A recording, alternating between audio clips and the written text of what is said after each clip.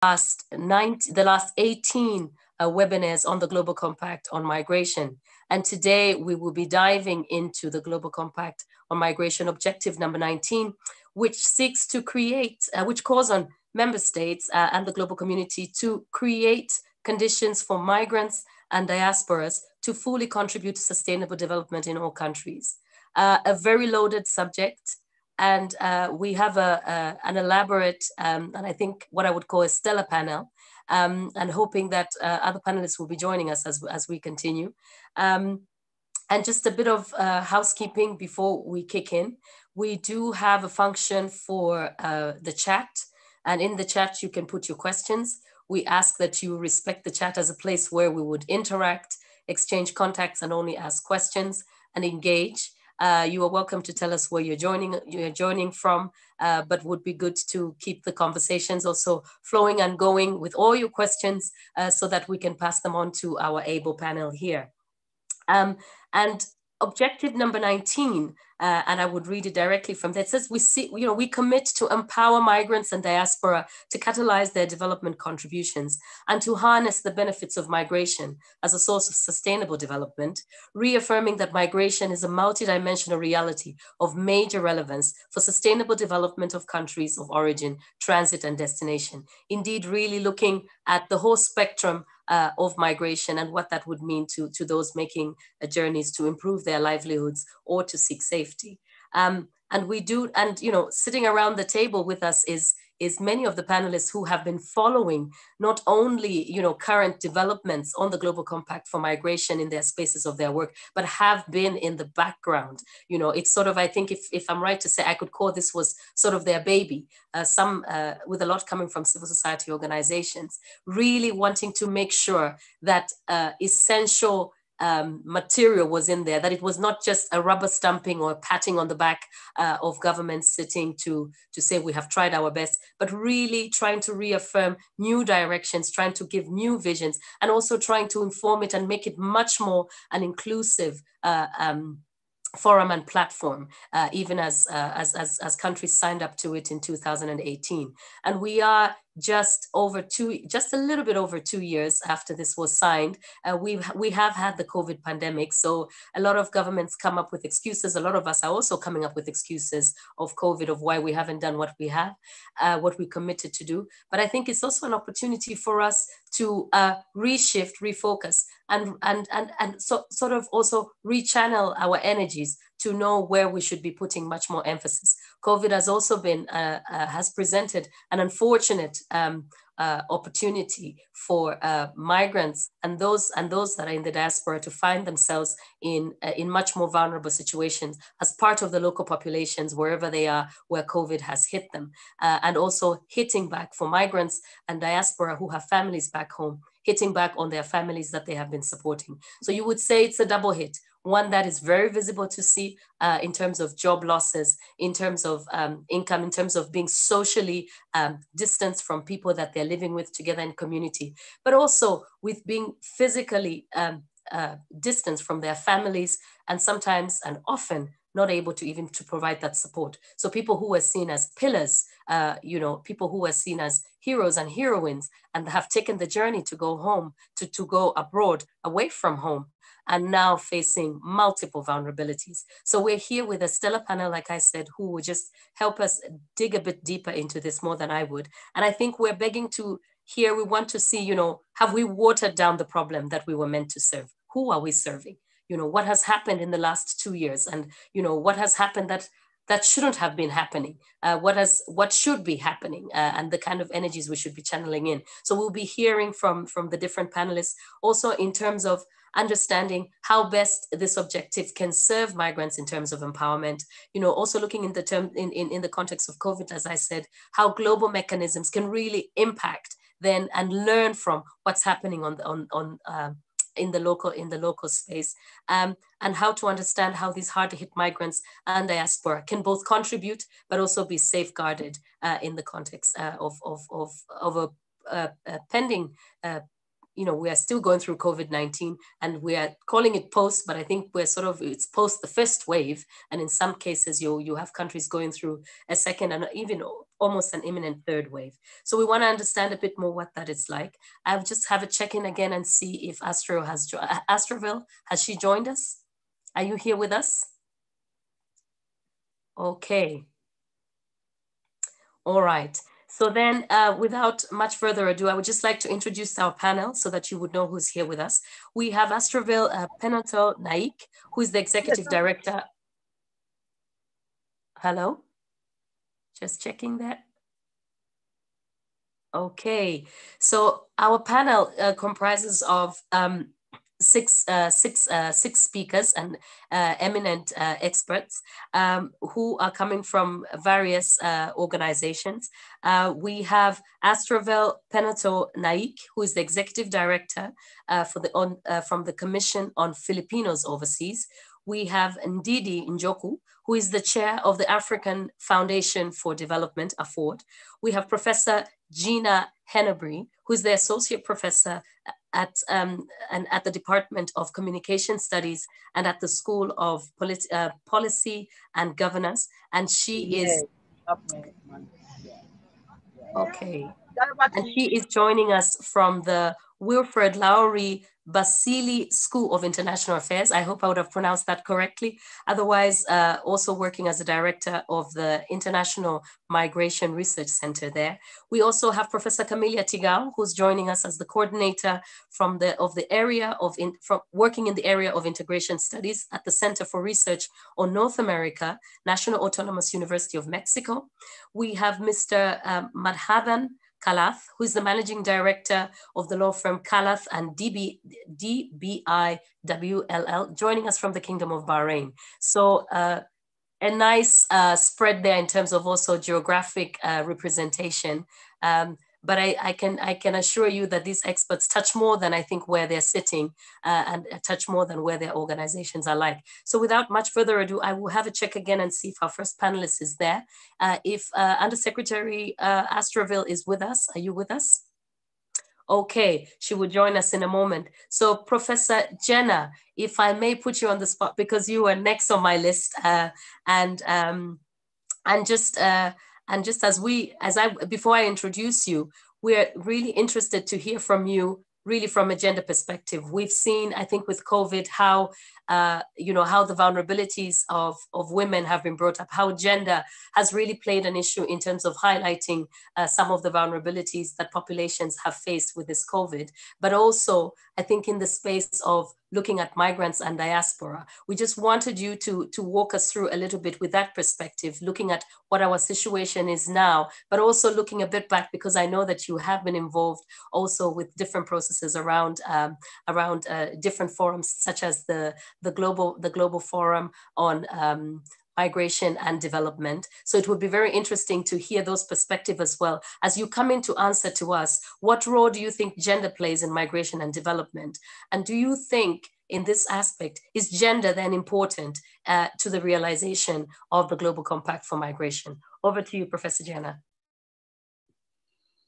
Wow, thanks. I get the first word. And hopefully, well, actually, I know it won't be the last because I know some of the characters involved in this discussion. So I'm looking forward to a lively engagement. Yeah, I mean, I think certainly, I mean, I might start with the last question and then go to the first, which is, gender responsiveness is a key guiding principle of the Global Compact for Migration, as many of you know. And these guiding principles are meant to be more than just the add-on stuff at the front end.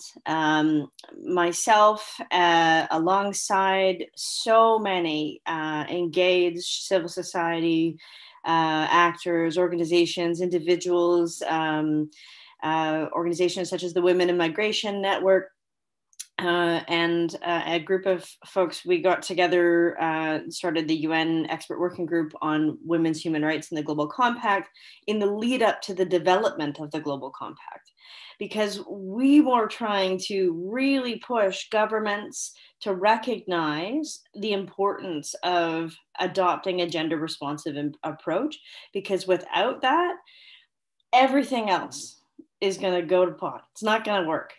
You cannot achieve any kind of gains around a sustainable approach to to maintaining people's economic, social, cultural livelihoods without ensuring a gender responsive approach. And so it's meant to be much more than just an add-on. It's meant to recognize that gender affects all aspects of migration, from the drivers or the factors that might lead you to want to migrate. And it may be a choice, but it may also be forced. It may be fleeing gender-based violence, for example, or unequal access to the labor market. And it may lead to pathways that are gendered. There may only be an option to migrate as a caregiver, for example. So there may be a discriminatory or a gendered channel for you to migrate as a woman, for example. Or if you're an LGBTQ plus person on the move, you may face heightened violence throughout that process of trying to seek and move from country to country. And then the process of working and living and being part of the economy, the global economy from outside your country of origin, also is a gendered experience. So unless we recognize the role that gender has of all of that, including the key piece, or often what I think is framed as the key piece, but I don't think is the only key piece around migration development, which is that of remittances, is a key aspect, is a gendered phenomenon as well. Sort of how you send money, what you do with that money, if you send goods or money, how you do it, what you use it for. And so all of those things require a gender lens. My one point to sort of get us thinking is the extent to which that's actually been manifest in action. One of the challenges we have is that in the articulation of Objective 19 is no direct connection to gender. And I think we have a gap in the realization of the GCM as it's come to be so far. We've got lots of momentum from the working groups, and I'm part of one of them on bilateral agreements.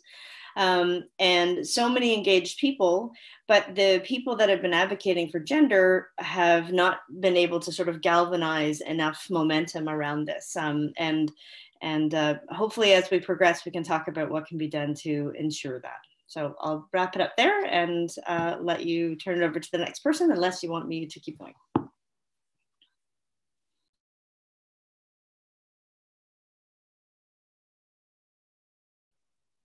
Thank you for that.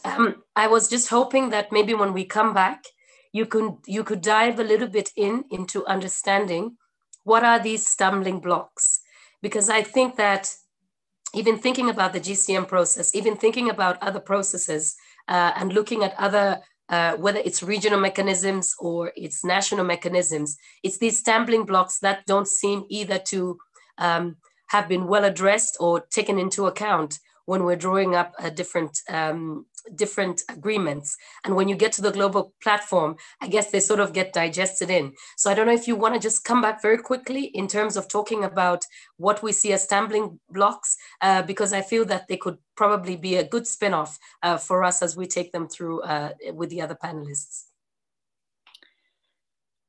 Well, I think, look, it's not like the GCM was created and then governments and stakeholders are off then in a top-down approach implementing it. That's not really how it works. And as had been mentioned in various debates at the GFMD, clearly governments and civil society have been engaged in the process of governing migration for years. This is not a new phenomenon. And so we already have existing networks and infrastructure, and it's hard to sort of change all of that overnight or to make change in that at all, really, at a sustained level. And so I think that's one of the challenges we have. And gender has embedded in those institutions. It's embedded in the approaches that governments have taken for decades to migration. That's why we have pathways that are very gendered for migrants. And I think we need to really unthink some of the way in which we've been historically governing labor migration in particular, which is my sort of main area, and to think about the ways in which it might actually be contributing towards enhancing inequalities around gender as compared to disrupting them. And so I think that's one of the stumbling blocks, is it's the structural stuff. It's hard to get at that, even though it's meant to do, like the whole idea of the GCM is to try to address some of those complexities, as well as to work with, obviously, the 2030 Agenda and the SDGs, which are again about being these sort of interlocking kinds of connecting issues that need to be addressed. So those are large challenges for many, and I think sometimes it becomes difficult to address, and people bite off little pieces, right? And often the gender piece gets sidelined, and I think that if we fail to recognize those key guiding principles and embed them early on in the actions, we won't realize all of the objectives, regardless of whether they say gender in them or not. The one on data, for example, the one on, so objective 1, objective 19, there's so many that without gender responsiveness, we won't come anywhere close. And I sound a little bit like a broken record, but it's because at the UN level, you know, we don't really have the mechanisms in place yet to ensure that those guiding principles are getting realized all along the way, because we have the working groups and we have the sort of structures of the way the global, the UN Migration Network is functioning, but there's no key body identified to work around gender. Right? So there's no gender working group. There's no gender liaison. There's a civil society liaison, Manami Malik, who's exceptional and has done so much to make sure that the civil society is engaged. At the GFMD, there's other mechanisms at play. We've got business mechanism. We've got civil society days. We've got lots of ways to channel different actors and voices in, but the emphasis on gender can get lost really quickly. I'll stop at that.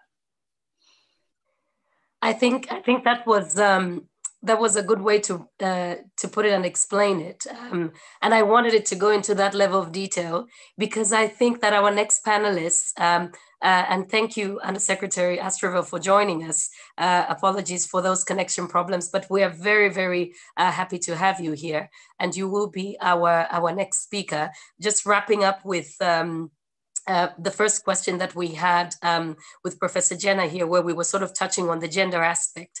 And I thought to just zoom in a bit, you know, I liked sort of what she was saying, that with gender, we tend to bite off the pieces. And probably we're biting the pieces of what seems palatable to us, what seems easy for us to take on, and a bit more difficult on the tough meat.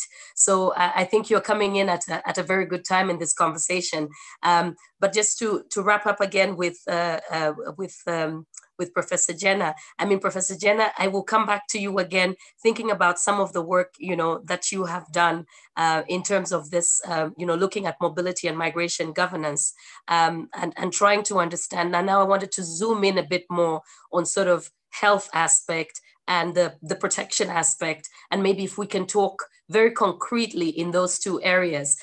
You know, I'm trying to open your bio, as I tell people, because this gives them a resounding way, and reminding myself, and I apologize that I didn't read out your bio, but I think in thinking about this, it would be good to get into these very concrete ways, you know, when we talk about what we see and unpacking this particular objective. So we will come back to you in a bit, but thank you for that first intervention. And now let me just introduce our next speaker, who has just joined us, and that's Undersecretary Astravel Pinato Naik. Please correct me if I haven't pronounced your name correctly. And she's the Executive Director on the Commission from the Commission on Philippines Overseas. She is a distinguished public servant who is also an experienced trainer, and she has spoken in different seminars and fora. She has risen from the ranks, starting from government service in the office of the former Senate President, and appointed appointed as the Assistant Secretary of the Presidential Legislative Liaison Office. And since 2018, she has been designated and given the role to serve as the Executive Director of the Commission on Philippines Overseas. So objective number 19, and particularly looking at action number D, really talks about this government structures and how government structures and mechanisms can facilitate engagement of migrants and diaspora. And I think looking at the Philippines example, I think Philippines always comes up, at least on the top of my mind, and I guess for many who are in the migration space, as that country that has really put structures in front. Yes, they're not, tight structures, meaning that there can still be a lot of challenges. But we were just thinking, in the context of the objective that we have in front of us and in unpacking it, do you just want to, talk to us a bit about not just diving into what these structures have meant in terms of empowering migrants and diaspora to engage, but also in terms of the kind of challenges that you face, and that particularly look from the point of view of the migrants. Thank you very much for joining us. Thank you very much, Patty, for that wonderful introduction, not only for me, but also for the Philippines. Yes, we are very glad that the Philippine government has always taken care of its diaspora. And today, I would like to greet everyone a pleasant day, of course, and with a discussion about harnessing Filipino diaspora's contribution to the Philippine development. We have almost 11 million Philippine diaspora population, and overseas Filipinos have been recognized as one of the partners of Philippine development and providing all forms of assistance, financial and material remittances, philanthropic donations, or transfer of skills and knowledge. The creation of the Commission on Filipinos Overseas 40 years ago was a treatment of how was a testament actually of how the Philippine government upholds the welfare of our citizens, even though they already settled permanently abroad. This is also the thrust and the strong commitment of our government under the leadership of President Rodrigo Duterte. Long before the Global Compact on Migration was adopted in 2018, the CFO has been ensuring that our overseas Filipinos' social, economic, and cultural ties with the motherland are strengthened now that the world is still grappling with the challenges of the COVID-19 global pandemic. It is vital, more than ever, that we maximize the potential capacity which migrants may bring to the country. One of the flagship programs instituted in 1989 by the Commission is the Lingkod sa Kapwa Pilipino program, or Link for Philippine Development Program. A conduit for development support from Filipino diaspora, the Link Appeal provides a mechanism for the transfer of various forms of resources from overseas Filipinos to support small-scale, high-impact projects that address the country's social and economic development needs. We have scholarships, small-scale infrastructure, and many others. Forms of assistance offered that include that, and deserving students can avail of it. And there are also health and welfare assistance through medical and surgical missions and feeding programs for children in underserved communities, relief donations to areas hit by calamities, and small-scale infrastructure support such as school buildings and water systems. Total donations through Link Appeal program since its establishment until 2020 amounted to 3.4 billion pesos, or 68.6 million US dollars worth of assistance. Last year, when the country was struck by a series of natural calamities that started with the Taal volcano eruption, finally by the global pandemic, overseas Filipinos were among those who quickly responded to assist victims of calamities, frontliners, and the healthcare sector. The CFO facilitated donations and relief drives in 46 provinces, including Metro Manila. So that's more than half of the country, actually. And we were able to assist more than 46,000 individuals. Moreover, through the tribute series of Bayanihan Kahit Saan Man, or Filipino Solidarity Anywhere in the World, initiated by the Commission, we were also able to compile the best practices of our diaspora in their humanitarian assistance to the Philippines in this time of crisis. And Paddy, you may take note that even Filipinos overseas have helped also fellow Filipinos and other nationalities in the host countries where they are in.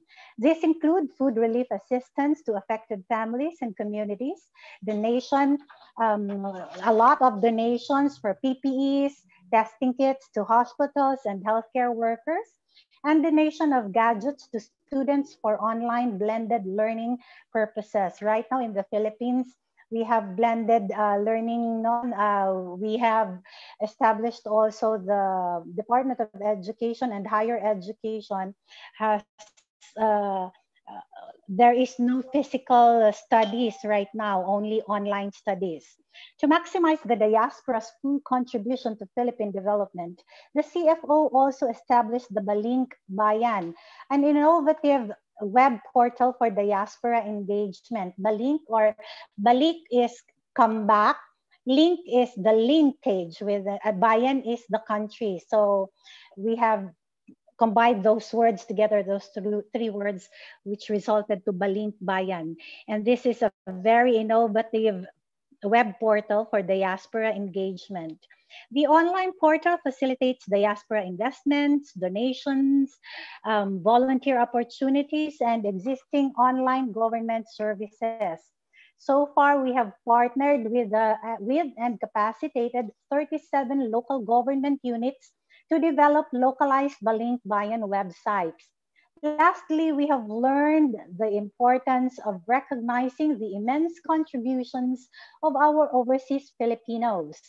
This drives them to help more their fellow Filipinos, especially the disadvantaged sectors and poor communities. The Presidential Awards for Filipino Individuals and Organizations Overseas, or PAFIO, is the highest honor given by the Philippine government to Filipinos and organizations based overseas, which have dedicated their work in the service of Filipinos, either by selflessly supporting relief and development programs in the home country, or by having excelled in their profession. So far, some of our almost 500 presidential awardees have become dependable partners of the CFO in its philanthropic efforts and other activities, promoting the rights and welfare of our migrants. And in this highly independent and globalizing world, diasporas have proven that they are important humanitarian actors and stakeholders in a wide range of development schemes. We reaffirm our commitment and support to all the objectives of the GCM, including Objective 19. The GCM provides an effective framework for bilateral and international cooperation, which every country can leverage, particularly now that we need a timely and comprehensive response to the COVID-19 crisis. Thank you very much, and I wish everyone a healthy day. Thank you, Undersecretary, for that. I think, excuse me for my cough, I think I'll be coming back to you to zoom in a bit on the gender aspects. Professor Jenna had alluded to sort of how we have gotten used to using, the issue of gender mainstreaming or the issue of gender responsiveness very loosely, and sometimes being able to capture it, let's say, in our key policy documents. And we don't see this really translating when we come to just from, looking at the GCM objectives themselves, from the very first one that talks about data. Maybe we can even look at others that look at, for instance, things that have to do with identification. And then I bring you another one. How are you managing? So, I mean, looking at the fact that the Philippines does send out a lot of its female foreign workers who would go and work, who would be female foreign workers in other countries as domestic workers or as nurses. And in that whole mix, there's the gender mix as well, up over and above that. So how are you really, from your perspective as a commission, ensuring that you're putting gender in the center of it? Because you're trying to recognize the identity of the migrant. Then on the other hand, how are you reaching the hard to reach group of migrants and those in the diaspora? I'm talking about the undocumented migrants here. How do you rope them in? Because in as much as we may not count what looks as contributions that go back home, when we're counting, their contributions from their families still remain important. And I would guess in some of the initiatives that you have. So I'm very interested to see how you deal with undocumented migrants in the context of the mechanisms that you have in place. But we will come back to you and give you time to just digest that one. Yes. And then I will go then, but thank you again for your initial reactions. And I will go to our next panelist in the interest of time and I would just introduce Ndidi Njoku, who is the chair of the African Foundation for Development, AFFORD. And Ndidi is a finance and development specialist. And she has been with AFFORD, which is an organization that was established in 1994 with a mission to expand and enhance the contribution of Africans in the diaspora to contribute to African development. Ndidi sits on the board of the Global Academy for Migration and Development, which is part of the platform under the framework of the Global Forum of Migration and Development. And as part of this network seeks to bring together global practitioners from a global space, that is civil society, national and local governments, academia, private sector, who have some kind of expertise so that they could implement and support migration and development initiatives. And I think this is quite important because of the concept that it's a lab kind of thing. So I get it that it's very experimental and we expect it to have some very flavorful, if you like, or some quick wins. They try to make quick wins and show us sort of the low hanging fruit as we get stuck and muddled into what we should be doing. So just to sum up, that Ndidi heads a finance and development advisory practice, which is called Markets for Development. So she's based in London. Ndidi, as I bring you on, I would just ask you to unmute yourself and show your video. You know, we know you have been in the background, not just, you know, you're not new to the GCM, you're not new to discussions around migration and diaspora with your role at AFFORD, but also with the role that you've taken on in the GAMD. So we just wanted to understand from your side, how do you really see the Global Compact for Migration on the ground? And you can speak from the many angles that you're coming from and the different hats that you carry. Do you really think you got what you wanted? And it's a bit of a theoretical question, but I would like you to coin it in your way and in sort of understanding. And here we're talking about this diaspora contribution and application. Could you just come to us and unpack it a little bit for us? Ndidi? Yes, thank you so much, Paddy, and welcome. Hello to everyone. I know that some people are coming from very sunny and hot climates, so I think you have the best of the weather at this moment in time. London, as always, it's a bit rainy and cold, but at least it's not snowing. So thanks very much for that. So yeah, so what I'll be doing is just giving a brief kind of intro to the question of what the impact has been on the GCM on the ground. And I'll start with the premise that human mobility is not a new concept. Humans have been moving within and between countries for many centuries for a number of different reasons, including economic, through trade, exploration, but also through social purposes, marriage, religious purposes, etc. Numerous studies and evidence have showed that well-managed migration offers significant development opportunities for both origin receiving societies as well as migrants themselves. It is recognized to achieve a mutual win-win. All actors need to be involved and work together and be guided by fair and mutual considerations of interest. Now, AFFORD participated in the global discussions which led to the negotiations for the Global Compact on Migration, and therefore we support the GCM and Objective 19, which is all about creating conditions for migrants and the diaspora to fully contribute to sustainable development in all countries, and also to empower and catalyze their development contributions. Now, from my perspective, Objective 19 by itself does not necessarily incentivize countries of origin, transit, or destination countries to engage with migrants and diaspora. However, combined with the evidence that's out there demonstrating the positive net impacts of migrants and the diaspora in terms of their skills, knowledge, the flow of remittances, which far outstreams overseas development assistance, and in some cases also foreign direct investment, but also the facilitation of migrants and the diaspora in facilitating investment both within their home and the destination country and their countries of origin. Now, this together enables enables migrants and the diaspora to really help to anchor and facilitate global support to engage and catalyze our development contributions.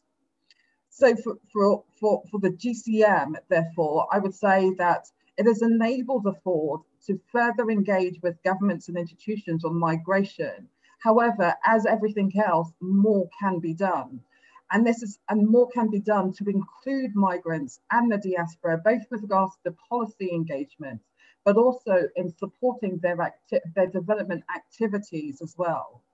So examples of some of the engagements that, explicit inclusion of migrants and the diaspora in global goals, such as the GCM has enabled Ford to do, includes engaging with governments, both within the UK, but also a number of different African governments across the continent, as well as institutions. And examples that I will provide in this kind of brief introduction is Ford, has administered or administers the all-party parliamentary group, which is known as an APPG on diaspora, development and migration. Now, these APPGs are informal cross-party groups of members of the UK House of Commons and the House of Lords, and connects parliamentarians with diaspora organisation, academics, and interested parties. And one of the things that this APPG has done is to facilitate discussions in 2017 and 2018 to consider diaspora and migrant perspectives from the UK on the GCM. In addition to that, Ford has engaged with the UK House of Lords Select Committee on International Relations and Defence on their report on the UK Sub-Saharan Africa on prosperity, peace and development and cooperation. Again, it's just kind of highlighting that the GCM has enabled or given a voice of diaspora organisations to provide evidence in very strategic policy making within the UK. So, for example, the Ford was able to stress the link between remittances and family businesses and other micro, small and medium-sized entrepreneurs, and to stress the vital importance of the SME sector in providing 80% of jobs, and the fact that there needs to be further investments with SMEs, particularly diaspora and migrant SMEs. We also stated about creating decent jobs is the answer to poverty alleviation. But also one of the things that we highlighted is that diaspora organizations, communities, individuals, as well as migrant individuals, communities and organizations, we need support. We're doing a number of different projects. One of the projects that Ford highlighted during this engagement is the Ford's Diaspora Finance Initiative Program, which is engaging with the Rwandan government to launch a diaspora bond that will see affordable housing in Rwanda and facilitate a national need. So again, I'll stop there, and I'm sure that we will engage further. So my answer is yes, the GCM and different types of global objectives, they do support diaspora organizations and they do support migrants in facilitating their work. But more needs to be done to engage with diaspora and migrant communities early on and to support them. I think that the evidence is there in terms of the benefits that they provide to both home and host countries. But it's, again, the importance of providing funding to these organizations and to these individuals to further facilitate their development objectives. Didi, thank you. Thank you for that. I will leave you with this one for, you can come back to it. You've talked about sort of this more that we have to do. And we're always interested to understand a bit and unpack when we mean more. And I will direct you. I think, could you speak to us a bit more about how you think this reaches the migrants? So we sort of see the flow, like you've said, with the GCM and global platforms, if you like, creating this environment where people engage and the people engaging around the table. Whether we're talking about some of the initiatives that you have done as a Ford or through also other regional platforms that are there. But what we want to understand a bit more is on the more for migrants, and actually what in these conversations that you are having, what seems to be the stumbling blocks in engaging with migrants directly. Do we miss something? Because standing from a point when, I remember when I started with migration, I used to think that civil society is the one that brings the voice of the migrants. But maybe are we missing something more here? Are we missing, is there a connection that we need to establish so that these voices are indeed elevated? And when you talk about the voices of migrants and diaspora here, I wondered if you could also talk to us a bit about the partnerships that you have seen through the different fora that you're involved in how that engagement with diaspora is done, in building these different partnerships to engage and to enhance this diaspora engagement and then take it obviously to the next step.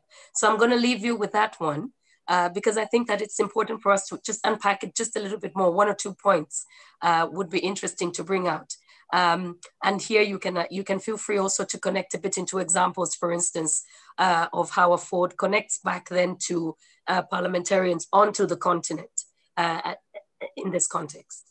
And maybe I will go ahead and introduce our next speaker, and we will move to Oleg. Oleg, are you here? Yes, I am. Oleg, super. As you unmute your mic and adjust yourself, let me just introduce Oleg, who is joining us as the head of program at the International Center for Migration Policy Development. And in short, we call it ICMPD. And he's the head of programs for global initiatives. Oleg joined ICMPD and the MIR program, which is a capacity building program, and he will explain a bit more to us, in 2009. So he's been with the organization for quite some time. And since then, he has taken up different roles until now where he's the head of the Global Initiatives program. He's Moldovan and Romanian national. He studied international and European law in Moldova, Sweden, Poland, and Belgium. And he has been involved in migration since 2000, from volunteering work in Moldova that looked at preventing trafficking in human beings up until where he is now. With ICMPD, he has also worked with the center, before ICMPD, he worked with the Center for Prevention of Trafficking in Women, UNHCR, ILO, and the European Union delegation to Moldova. I decided to deliberately bring in all those aspects, Oleg, because I think one of the questions that we asked, you could also rope in from backwards where you've been coming from. And that means that you have a different angle to the type of migrants we're talking about.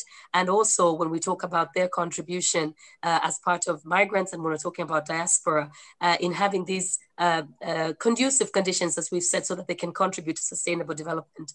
And my first question to you is, how does your work, particularly at ICMPD, and knowing the experience that you have had around migration, how does that relate to the implementation of GCM Objective number 19? And if you can really dig in at some very concrete levels that bring us to the migrants' point of view. Perfect. Thank you very much, Paddy, for the introduction. And I'm very pleased to be part of this panel. And I'm very grateful to the organizers for inviting me, for inviting ICMPD at this event. But before I start, because indeed there is so much to elaborate on, and I would like also to react to some of the previous speakers, I would like also to introduce myself from a different angle, because I'm always introducing myself also as diaspora. And I'm very proudly basically mentioning that very often, because I'm indeed from Moldova. I've been living in Belgium for more than 12 years now. And I am part of the Moldovan community in Europe and in Belgium in particular by actively participating in the development of my own homeland. And I think that indeed this identity of being attached, of being affiliated to a diaspora community is very close to my heart. And I think this is also very important when it comes to acknowledging the immense contributions of diaspora individuals, diaspora associations and organizations. And I think that now also during the COVID times, this element of diaspora engagement came somehow to the fore. And I would like also to acknowledge, speaking of how diaspora contributes to the development, to COVID-19 responses, I would like to acknowledge indeed the important role that diaspora played in developing some vaccines. Let's not forget that BioNTech is run by a Turkish-German couple, and actually they do represent the Turkish diaspora in Germany. Let's not forget about the Greek chief executive of Pfizer, who is also diaspora. Let's not forget about the Hungarian biochemist who resides in the United States and who basically created the RNA-mediated mechanism for the COVID-19 vaccine. So indeed, we really have to put these things into a certain perspective. Now, indeed, I'm representing ICMPD, which is an international organization based in Europe. And we position ourselves as an European organization, but with a very strong global outlook and outreach. In June 2019, we started implementing the EU Global Diaspora Facility, which is funded by the European Commission, the Directorate General on International Partnerships, which is the very first, and I would say, pioneering global facility that works equally with diaspora organizations based in Europe and with governments all over the world on different aspects. Indeed, our project revolves around 4 intertwined components that also respond to different areas of the GCM, the 19th objective. First and foremost, we're focusing on research, and I think this cluster of our interventions corresponds to Action C of Objective 19, invest in research. We have just concluded the mapping of 100 countries all over the world on how they engage with their diasporas, and we're currently working on a case study on the role of diasporas in emergencies. The second component of our project is capacity development, which is in line with Action E of the 19th objective of the GCM, develop target support programs for governments, but also for diaspora organizations. In this respect, we launched just a few weeks ago a capacity development program for governments and diasporas alike. The third cluster of our interventions is dialogue and partnerships. I think this is key, and it reflects the Action J of the 19th objective on building partnerships.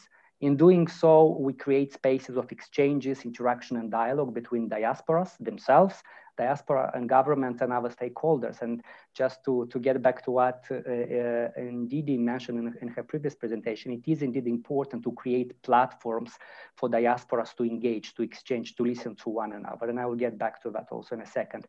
And the fourth cluster of our intervention is diaspora professionals mobilization, that is in line with Action I of the Objective 19 that promotes professional activities and engage in knowledge transfer in their home countries.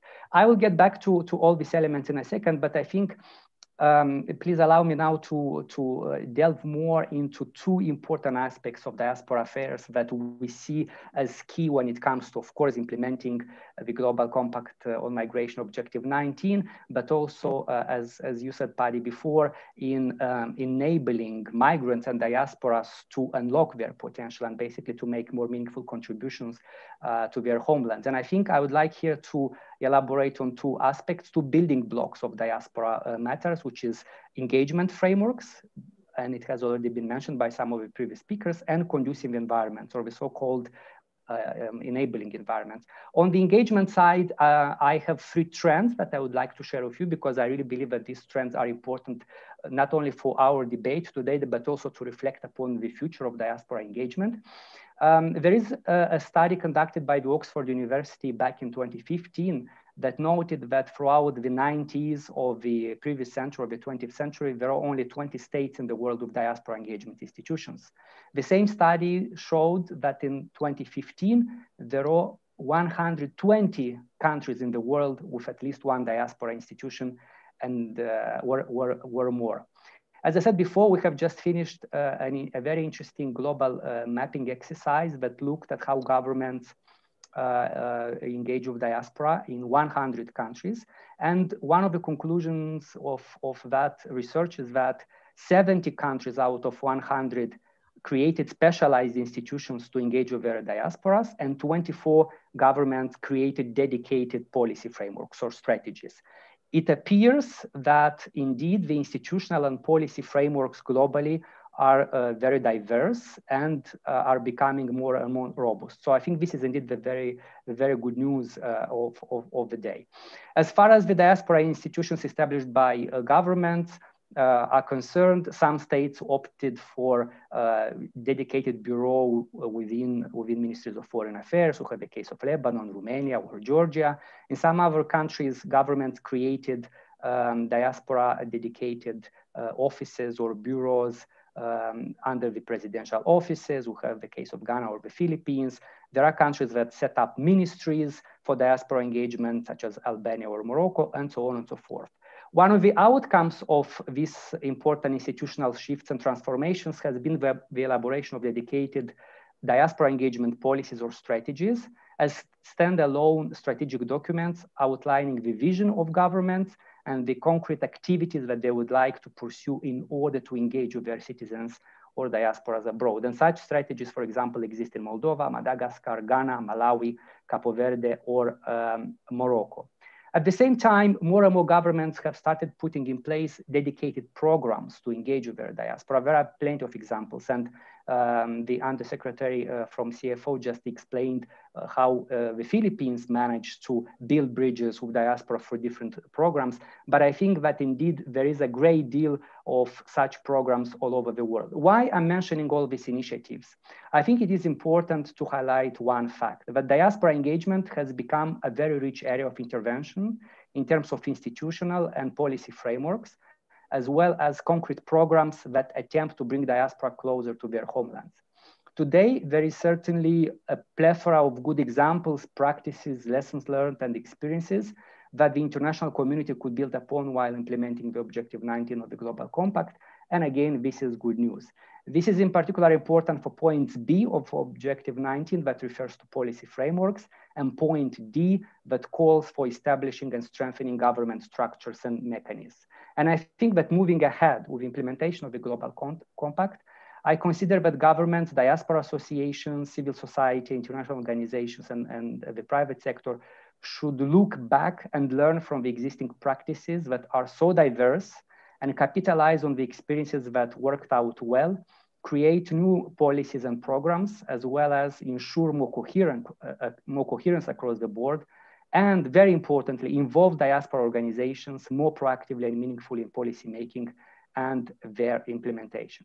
The second trend, a very short one, but equally important, is that we also note that the number of diaspora organizations and associations worldwide has significantly increased and diversified in the past decade, attesting to one important trend: diasporas grow more organized, vocal, and visible. Let's not forget that diasporas are not heterogeneous. They are different in terms of objectives pursued, socioeconomic profiles, or activities that they conduct. The good news is that in the past few years, we have been witnessing this trend, which is the establishment of diaspora platforms. These platforms bring together precisely the diversity of diaspora associations and individuals under one umbrella in order to exchange, advocate diaspora interests and contribute to agenda setting. In Europe, there is, for example, the ADEPT and ADNE platforms, two well-established diaspora networks of the African diaspora. And in addition, the project that I'm representing today, the EU Diaspora Platform, will offer such spaces of exchanges at the global level. And the third trend is also the role of the countries of destination. Let's not forget that, for example, at least across the European Union, in countries such as Italy, Germany, Belgium, or France, there are dedicated platforms or dedicated projects and programs supporting diaspora, be it in terms of getting together, exchanging practices, or supporting them with funds in order to better contribute to the development of their own countries. And the last point that I'd like to mention, which is the stumbling block, just to quote you, Paddy, because this is indeed one of the stumbling blocks in view of implementing the Global Compact, is the enabling environment or the conducive environment. As I have just mentioned, indeed, the diaspora engagement framework in terms of policies and institutions is quite rich. However, when it comes to another building block of diaspora policies, the conditions leading to diaspora contributions or the so-called enabling environment, we see a number of issues here. And I think in the years to come, we really have to boost this aspect of diaspora engagement. A survey conducted by the Commonwealth Secretariat in 2018 among diasporas from Bangladesh, Fiji, Ghana, Jamaica, Kenya, and Nigeria, and UK pointed to the fact that there is clearly considerable interest from diaspora in investing in their home countries. And yet there is a difference between what diaspora intends and what diaspora can do in reality. And why? Because there are many barriers to this engagement or to this or to the intention of diaspora to invest and contribute to the development of their countries. Our mapping shows that among the main barriers are the lack of information, heavy bureaucracy back home, legal obstacles, weak legal frameworks and enforcement, very complex administrative procedures, corruption, political instability, excessive red tape, poor infrastructure, inadequate citizenship or political rights. 34 diaspora individuals, businesses, and associations are sensitive to these factors as they prevent them from investing or making more contribution. And this is an important issue indeed to be tackled in the years to come, also in relation to the implementation of the 19th objective of GCM, notably Action E. Ultimately, the main obstacle is weak confidence between governments and diaspora. And finally, and this is the final point, linked to COVID, in order to build forward better or to build back better, governments will need to quickly address these concerns with a view to facilitating the contributions and support of diasporas, be in terms of human capital and skills transfer, investments, entrepreneurship, or regular pathways. All these aspects being crucial for recovery and achieving sustainable development. I would like to stop here, and then in the second intervention, I would like to share more information about what to do precisely to engage diaspora and governments and to encourage the participants to engage with us within the framework of the EU Global Diaspora Facility. Thank you. Oleg, thank you. That was very elaborate. And I wished I had a stronger voice, because in my stronger voice, I could speak a bit much more. But I think you have wrapped it up well in terms of highlighting to us what it looks like in terms of, governments sitting together, creating policy frameworks, us identifying different gaps, research institutions having come in, and institutions such as yourself working to understand what are the stumbling blocks. The chat is filled with a lot of questions, I think, that acknowledge, obviously, the very important work that has been done. And like you've said, the mushrooming of diaspora organizations is something that, it was in trend, I think, at some point. And I myself, being a member of my diaspora, I feel that there was a point in which what was the spirit of where we started from? What was the spirit of forming diaspora organizations? And I think in a lot of ways, at least from my perspective, it seemed as though it was a way of governments trying to channel resources that were coming. So they were interested in the best of your life, if I could put it that way, the best of the life, the best that the diaspora could contribute, and was not also very much interested to see what could the diaspora provide. And you brought it out very clearly when you talked about this, this study that really looked at what I would call non-technical barriers to diaspora engagement. And on your last point where you talk about this trust element that you have between diaspora and government. And now we see that we need to resolve these things because time is not with us.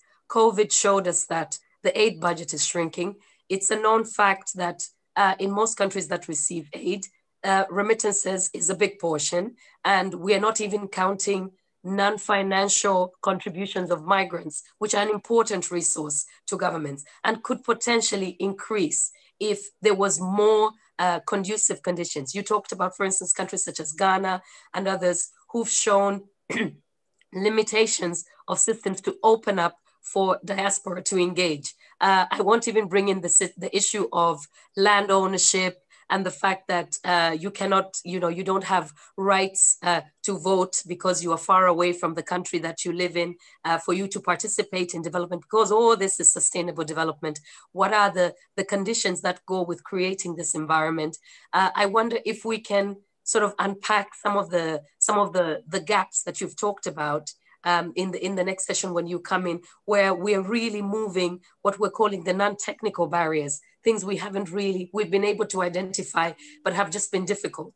You've talked about also some of the issues are just indeed corruption. You feel that when you would land from the airport, because you're a member of the diaspora, from the very moment that you arrive at the airport to the very moment that you arrive to your home, you would have been taking out small pockets of money paying because you are feeding into a system where there is corruption. And that goes from petty corruption to big corruption, for instance, in investment and what that means, access to that. And there are many, many things I think that we can bring in here. But now we're saying this is an important source and an important element of a community of this this home country, and they need to open up the space. So I know you may not be a governance expert, or I'm calling you into investment space, but maybe there's been some very interesting turning points and quick wins and low hanging fruits that we could, we've said, can we feed this into the lab? And this is the question that I also gave to Ndidi. So as we will come back to you, I think it will be important. And all this rooted back into saying, how are we seeing that daily contribution of migrants? How are we seeing it? How are we seeing that daily contribution in the daily lives of the host community or the home country? I think that's very important for us to see it. And I know we could go on, but let me introduce our next speaker. As I leave you with that, Oleg, and thank you for that initial intervention. Professor Camelia Tigao, who is the coordinator in the area of integration studies at the Center for Research on North America. And she's based at the National Autonomous University of Mexico, a very close and tight friend of many of the organizations. And actually, she's part of one of the organizations that is convening this webinar. And as she turns on her video, Professor Camelia, are you there? Yes, I'm here. Okay, super. My video is on, I suppose. Okay, super. And she is a member of the Executive Committee of the International Migration Section in the Latin American Studies Association. Her academic work has gone from looking at skilled diasporas and migration diplomacy. She has published a book in 2020, and I hope we can get links to this up in the chat, which looks at discrimination and privileges in skilled migration, looking at Mexican professionals in Texas. And this was published in Spanish. So for Spanish speakers, you will have a good read. And for us English speakers, I think maybe we have to wait just a little bit more and be patient for the translation of that. We're asking Professor Camelia to just talk to us about, development policies. And really coming from this academic and scholar point of view, should these development policies really differ for migrants and non-migrants? And should they differ for countries of origin and destination? Because when we look at the GCM objective here, it's talking about this sustainable development. And already, like I said, we have students in the room who may be a bit confused about the development policies that we're talking about. So could you just walk us a little bit through about what are some of the, where the places where some of the issues we're discussing could be hinged on in terms of public policy. And in there as well, if you could throw in a little bit about the contribution of diaspora to the aspect of knowledge globalization. Thank you. Thank you so much, Patty. And part of the introduction is to say also that I am, as Oleg, Romanian of origin, so we share a common ethnic origin. This is a funny way to meet people, but okay. So you will see here maybe some sort of a similar accent now. So about diasporas and development, when you read this objective, you may say, should there be a different policy for development of diasporas and migrants and non-migrants? Do we need that separation? So it's a tricky question. I would say development ideally should be for all the people, not just for migrants. So maybe some people would say this objective shouldn't exist, but it has its value. Why so? This is also about showing what diasporas do. Diasporas contribute to development with or without the help of governments. Now, the roles of the governments of origin is essential, I would say. In my work with diasporas, I see that the governments of origin need to get involved in the networking with diasporas. So if we look at what are the problems that diasporas face, we can take any examples that you want looking at different diasporas. Armed conflict, political freedom, discrimination, underskilling. These are problems of general concern in countries of out-migration. So therefore, governments in the countries of origin should be responsible in their development policies for all the people. And many of the migrants have shown that policies matter. Education policies, retention policies, controlling pollution, overpopulation, healthcare, you name. A second point that I wanted to make is that underlying this idea of migration is that development of migrants is only possible in the country of destination, that oftentimes is already a developed country. But development is already there. So in this sense, countries of destinations have been oftentimes found guilty for brain attraction, for attracting people. In some cases, such as health migration, responsibilities may apply. In other cases, we should really focus on those people on what those people lose when they migrate or didn't have in their own countries. We should recall that internal brain drain for people happens before they migrate. So from rural to urban areas, these are steps before losing them on the international migration sphere. And of course, diasporas are, as networking actors, are implicit factors of development.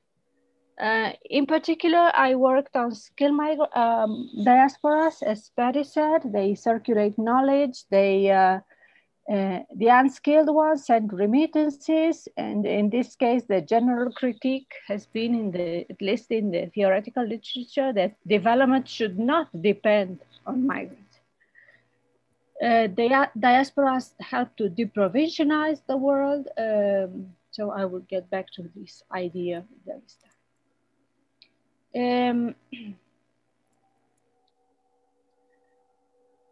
When we look at problems in countries of destination that make those people migrate, we see that armed conflict and lack of political freedom are problems that are caused by international displacement, and they are cause for greater damage than migration itself, okay? these people find it difficult to exercise during situations of extreme conflict, especially skilled individuals, so they have to migrate. They look for development abroad, the development that they didn't have in their countries of origin. So what these situations of conflict displacement show us is that life is temporarily suspended, so development should start by eliminating internal conflict. That is why we need an enforcement of the responsibility to protect from the internal society.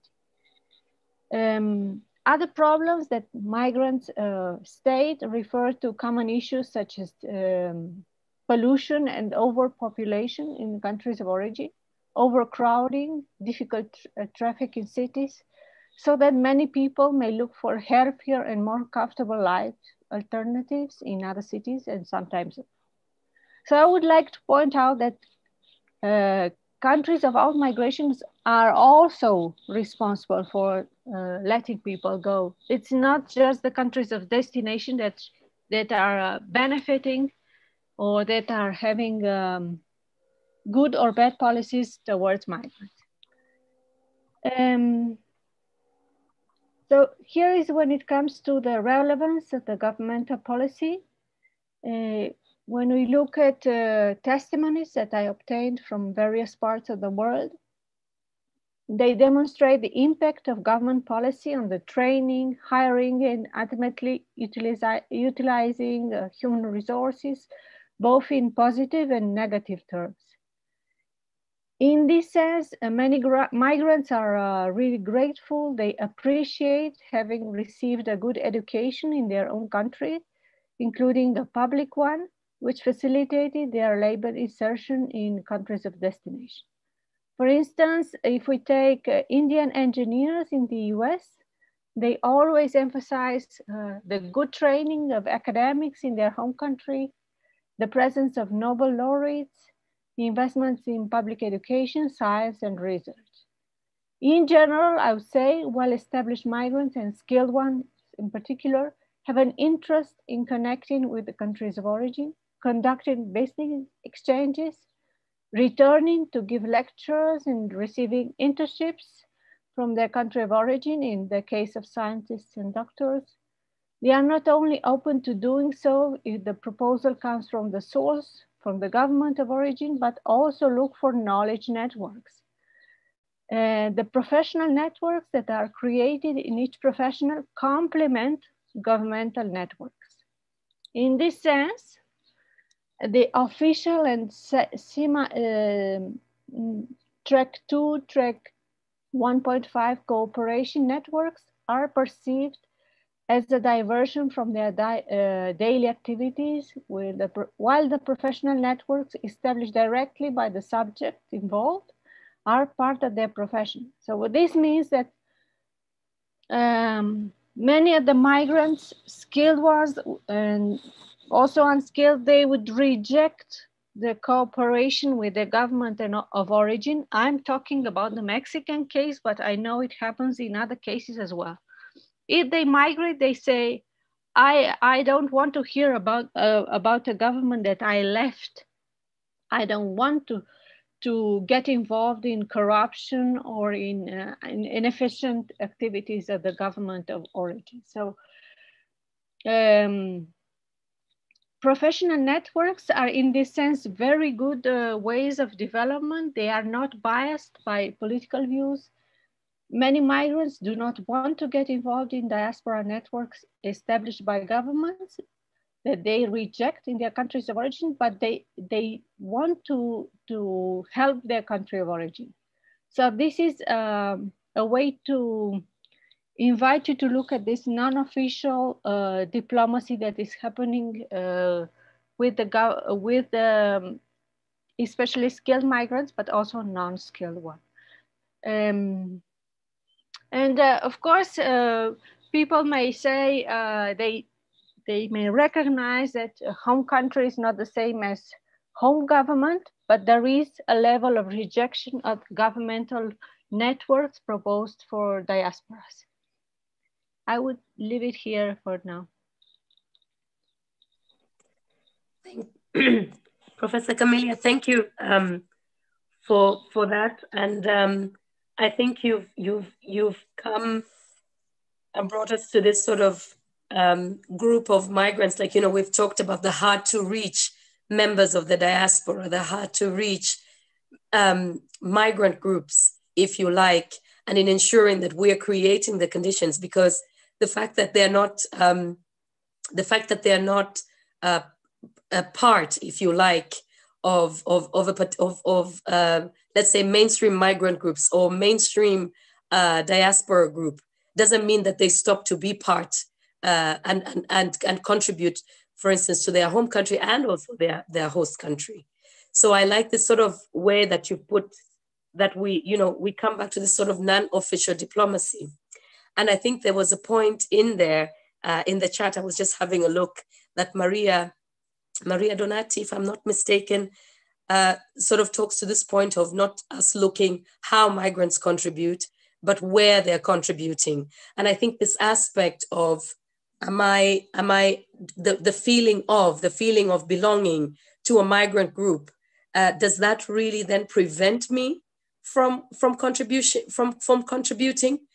Because I'm thinking also about myself, when I haven't been part of an official diaspora community, when I haven't sort of recognized myself as a migrant, I still contribute to home development. It may not be in a strategic program that government has channeled, but it's through my own community, through my own small community and the networks that I could be plugged in. So how are we looking at sort of this group of migrants who feel much more comfortable, this group of diaspora who feel much more comfortable to contribute to sustainable development in mechanisms or in ways which they find much more trusting? So they think a bit outside the box than we think in terms of looking at mechanisms. So I think this is a question I would give to you. And I think it's a question that I also gave in one way or another to Oleg and the others.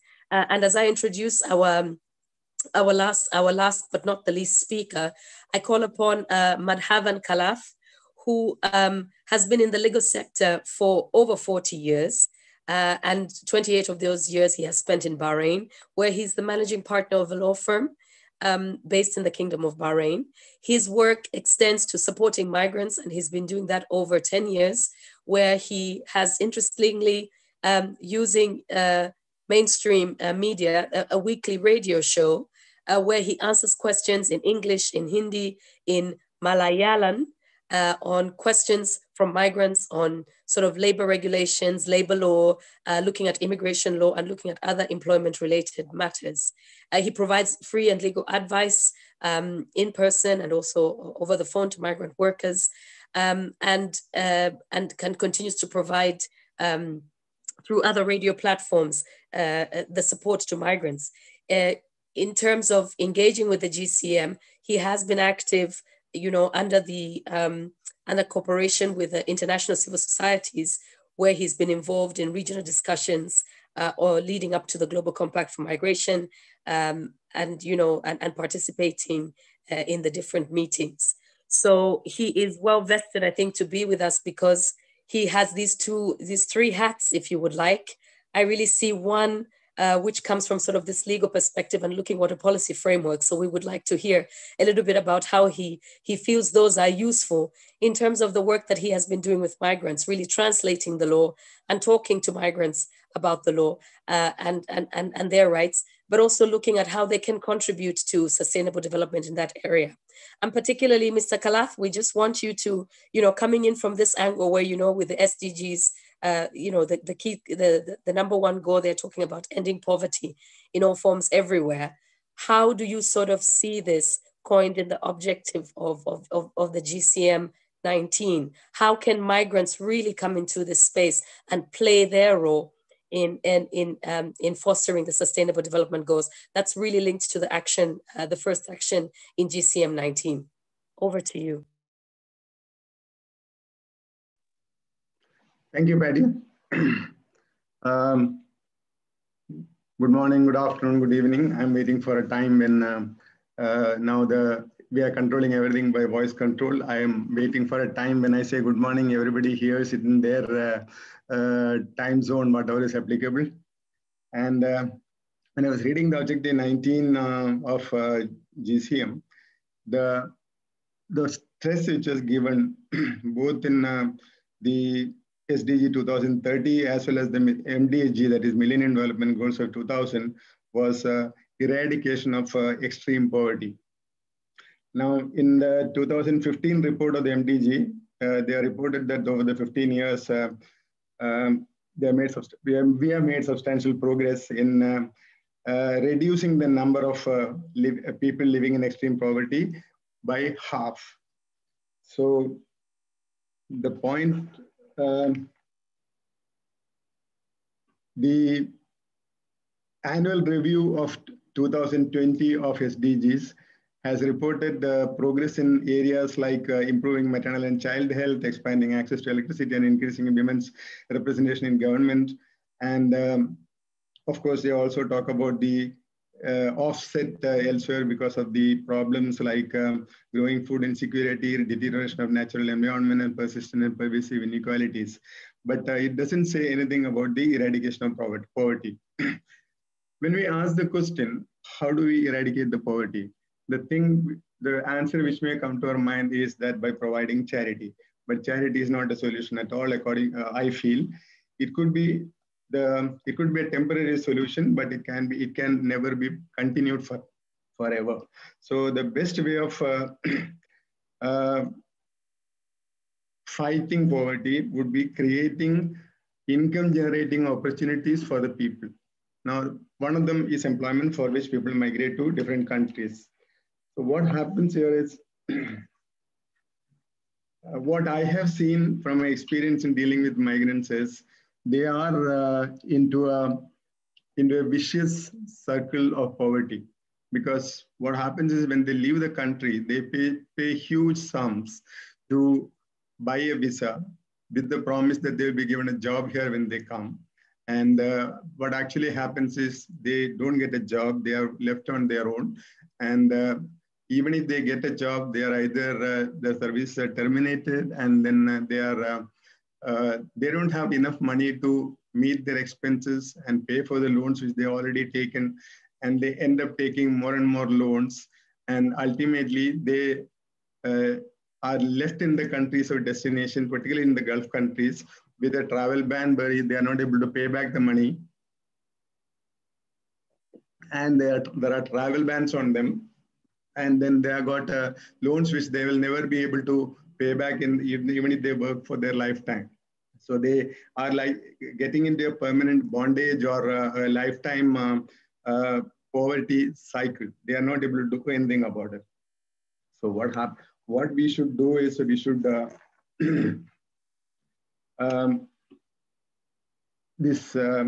losing jobs in the country, particularly during the pandemic and all, it has been a big problem. So what the diaspora has done here is we have been able to help the people to find, we have been able to give food to the people for some time. We have been able to repatriate them by paying for their air tickets, and we have been able to help them in some way. But then this has to be supported by the receiving the countries of origin. When these people go back, they should be rehabilitated. There should be government policies made for that. And then another issue is many of the people have not been paid their dues before they left. And we have been trying to find ways to get their dues, but then many times it's not possible to get the proper documentation done after they leave the country. This another issue is that we should create a mechanism by which these people are able to lodge their claims in the country before they leave. And the basic issue which I mentioned to you in the beginning is about the creation of getting into a debt trap.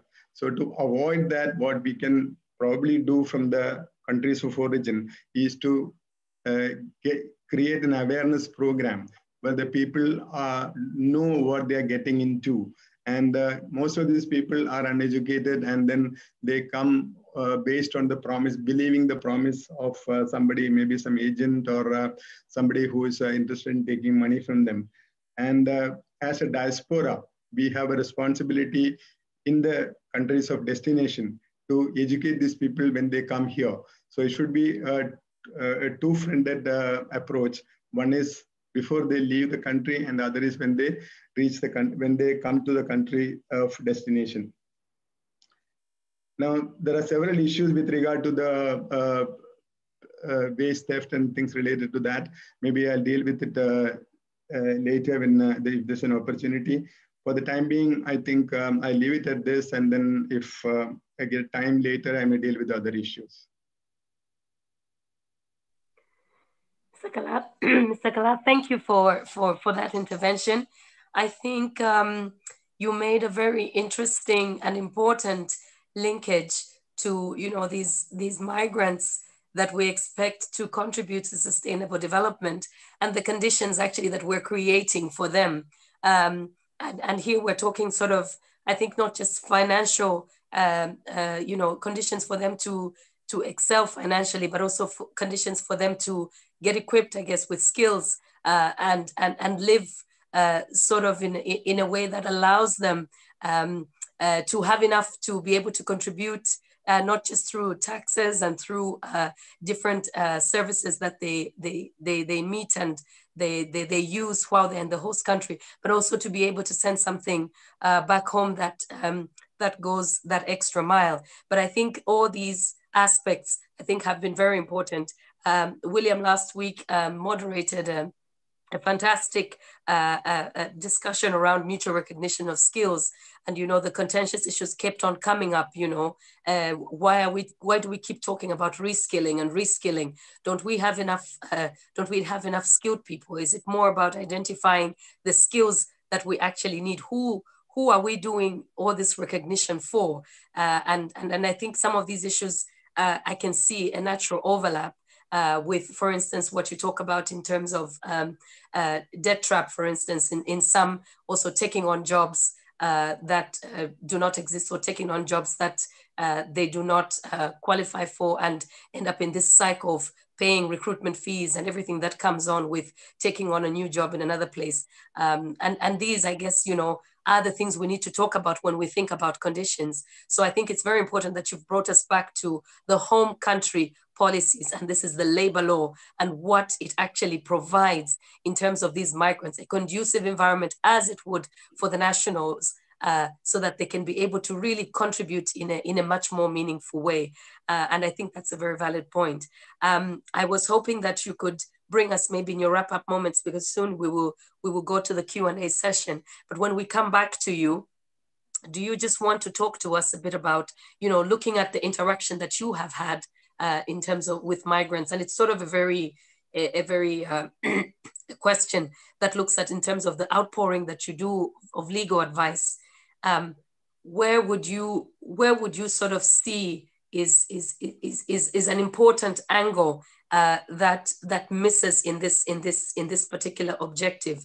Because in the objective we sort of talk about all these mechanisms that seem very far away. We've talked about mechanisms that are a bit hard to reach, and here also particularly talking about how you manage with undocumented migrants who come to you because they've overstayed, or they would like to move from one visa to another, but obviously they have these employee tied visas that don't allow them the space to move, so they become undocumented but still are part of the job market, if you like. They're part of the labor force. So, you know, how do you see how we can engage with them through the creative platforms that you have worked with, and in engaging with them? So it's sort of a bit of an open question in thinking how we can think a little bit outside the box of the big platforms and see directly how we can address some of the issues that come out from your engagement directly with migrants. So we would come back to you, but thank you for this first intervention. And just to let everyone know that the Q&A has been firing up with questions, and I like that we have some of the panelists already going in there. And I would just like to spend the next couple of minutes and ask, and I will turn my, my phone around because it's the best place for me to look at the questions. So forgive me for that. And just ask a few people to come and help us, you know, dig a little bit into this. William, if I could just ask you to come on. I also see that Angie Tan is with us in the room. Angie, if you could just come, I would really ask both of you to just give us, you know, 2 minutes. And I'm trying to make sure that those people that I'm calling are in the room, which is why I'm going through my list here. So William, even as I go through the list, could you just come on and give us your 2 cents on this? William? Okay, Richard Obedi. Richard, are you with us in the room? If you could unmute Richard Obedi, Dr. Sada, so we can have him share with us. Yes, I think just to make him co-host. Already unmuted. Yes, hello? Dr. Raj, Dr. Raj, I will ask you to come on just after. Hello? Go ahead, Richard. Yes, thank you, Madam Paddy. Thanks for the brilliant moderation. I think you're one of the best moderators. You engage at all levels. You even take the panelists through. And then I like the way you summarize after the panel discussion. Now, yes, Professor Jenny made a very good point.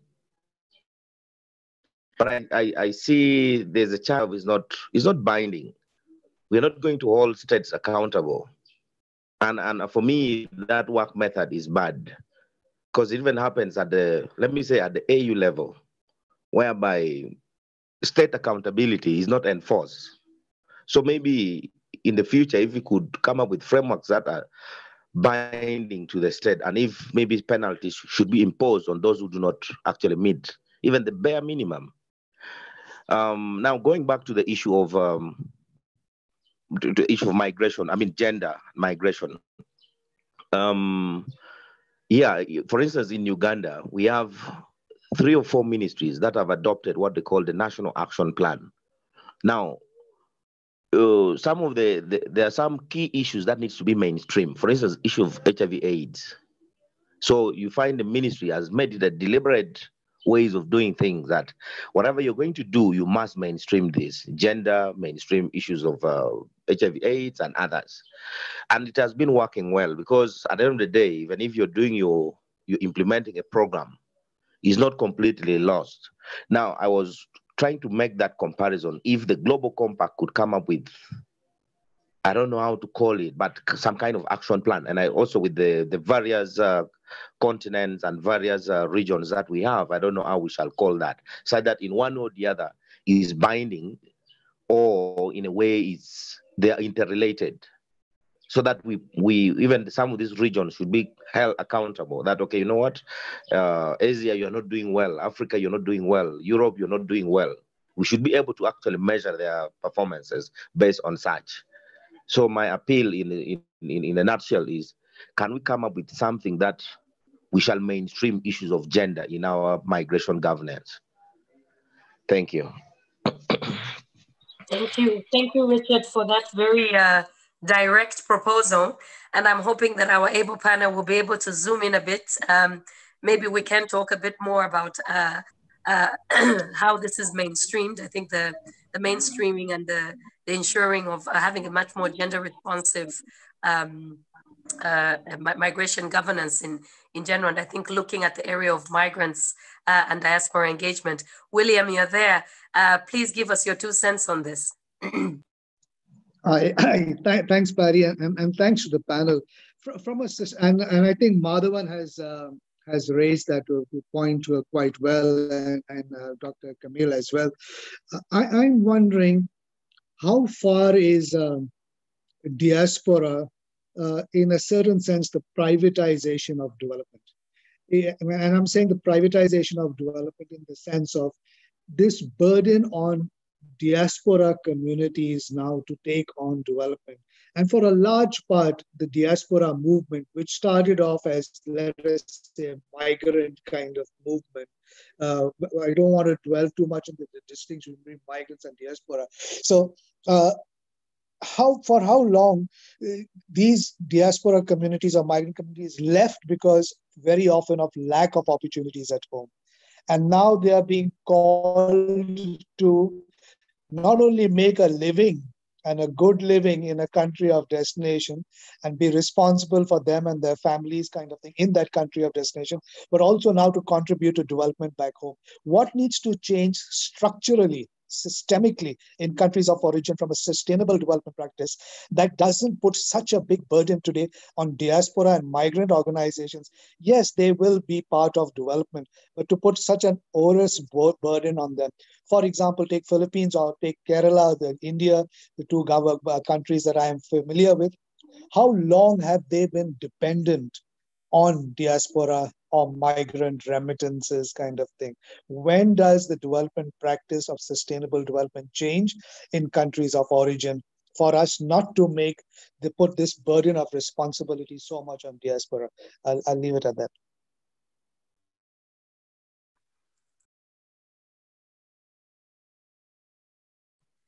William, thank you. Very punctual. And I'm hoping that the panelists can react to this. Dr. Raj? Dr. Raj? I'm coming. Hi. Hi, greetings to all. Let me first thank all the panelists for their vibrant contributions. So I don't waste any time on that. Let me just head straight to the comments I want to make. Twofold. First, I see that the emphasis when they say maximizing the contribution of migrants and the diaspora in all countries, meaning both the host and the home countries. As somebody said earlier, well, the host countries are already developed. What contribution are they making? Of course, they do make a lot of contribution, not only in terms of their skills and knowledge and generating GDP or gross national income and so on. So the comments I have is that recognizing the contribution of migrants and the diaspora in home countries is a very big deal. As William is saying, do you expect the development now to be at the shoulder of the migrants and the diaspora? No, not really. I would say that this is a private contribution made by private citizens to their communities, to their families, and so on. It has been a loose arrangement for a very long time. Diaspora and migrants have been contributing. That contribution can be more visible if there are certain kind of structures at the local level where they are rooted in their communities. They can see that they built a hospital in their community or a school in their community, or they help their local government and run a certain program correctly. So I would like to see some sort of mechanism, not at the national level, but at the local level where they are from, where the communities or where the migrants and the diaspora are from. I think that will make more sense. And also, as somebody said, they leave their country, as Professor Camelia was saying. Some of the migrants, they leave the country because of conflict or because of corruption and so on, and they don't want to be associated with something they left behind. But you can leave behind your country, but you don't leave behind your community. So I think they would be better engaged and better their skills and their contribution, better utilized at the local level.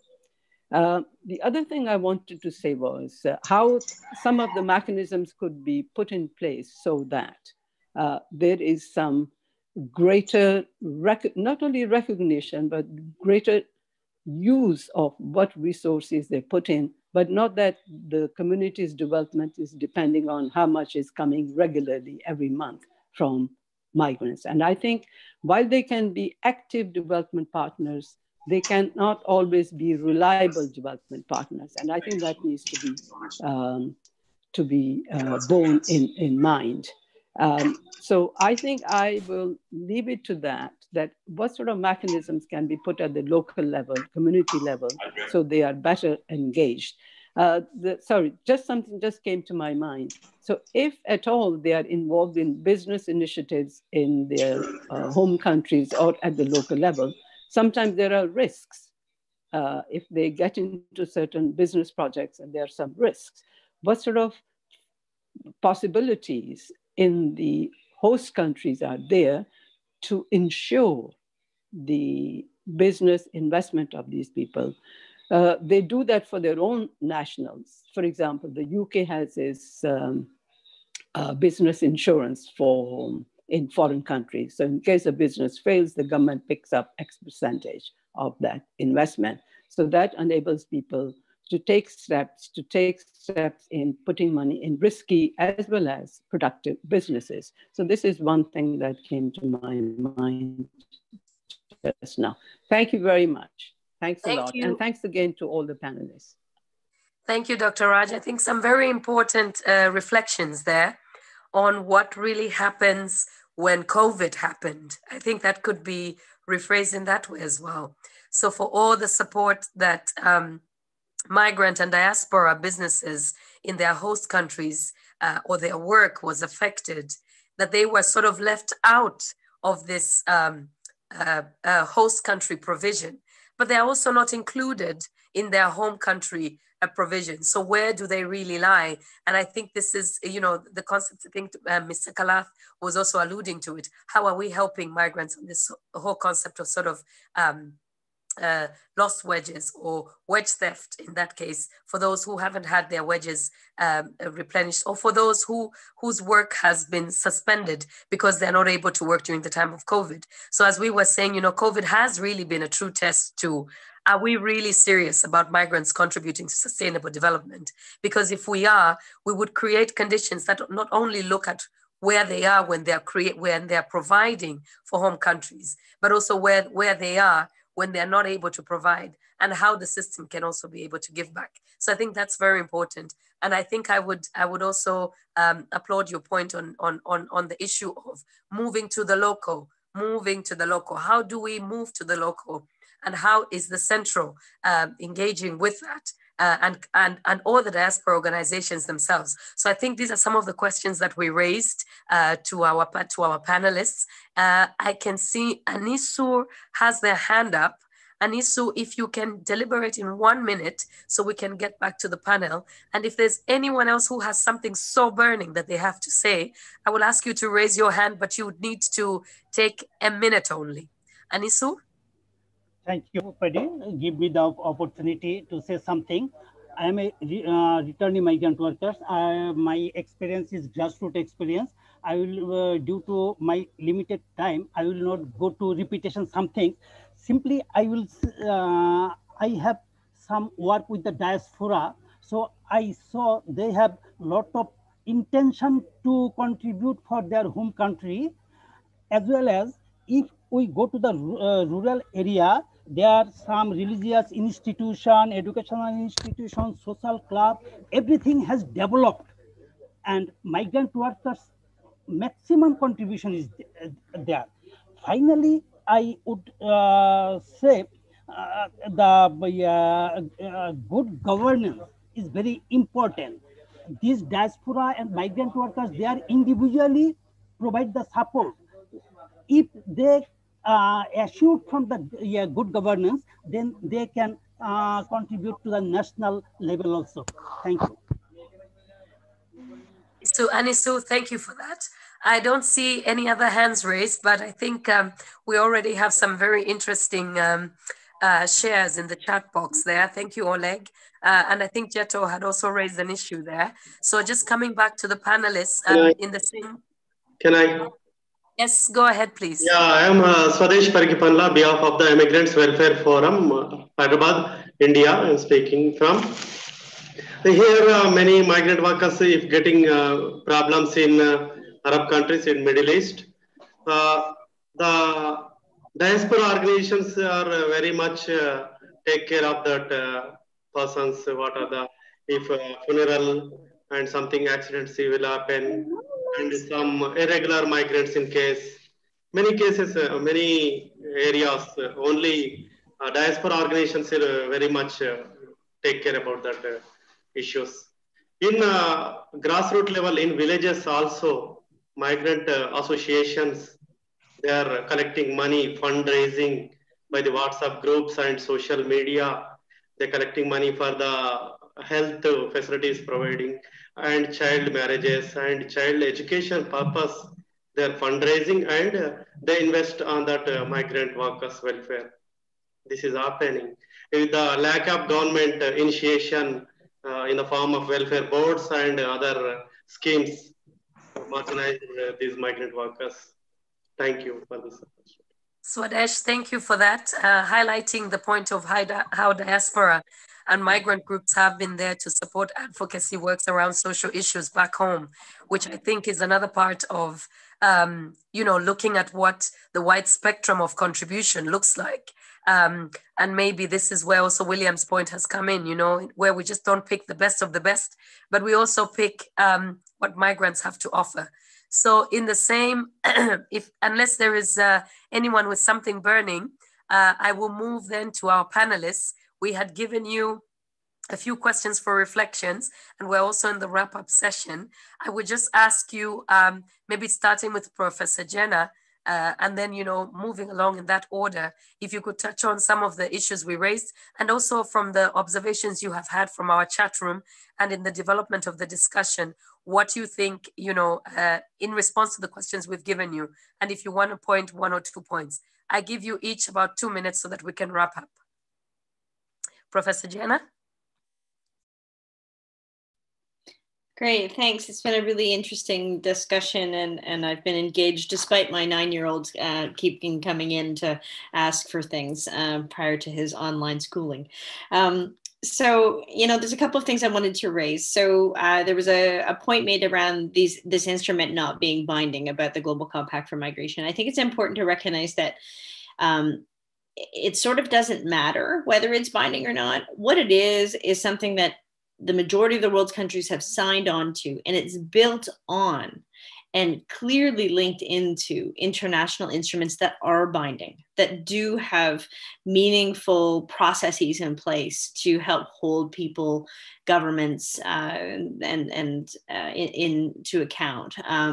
There's processes like reviews under CEDAW, right? The High Convention on the Elimination of All Forms of Discrimination Against Women, that the majority of the world's countries are signatories to and come up under review regularly for that process. So governments are asked to account for their decisions and account for actions around gender and around issues around women's equality and protection of women's human rights through such an instrument. Now, the GCM is meant to enable governments and other actors to work together to try to better achieve some of those objectives and to try to align with some of those instruments. And we want to connect back to those instruments regularly as much as possible.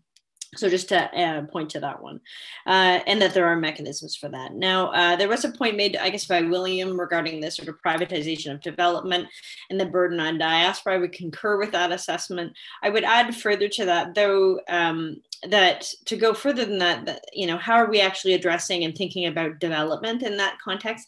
It tends to get reduced simply to a matter of sending dollars home, the actual remittance dollars, as compared to thinking about the broader scope of what development actually means. We're talking about human development that is sustainable. We're talking about gender equality. We're talking about ending discrimination.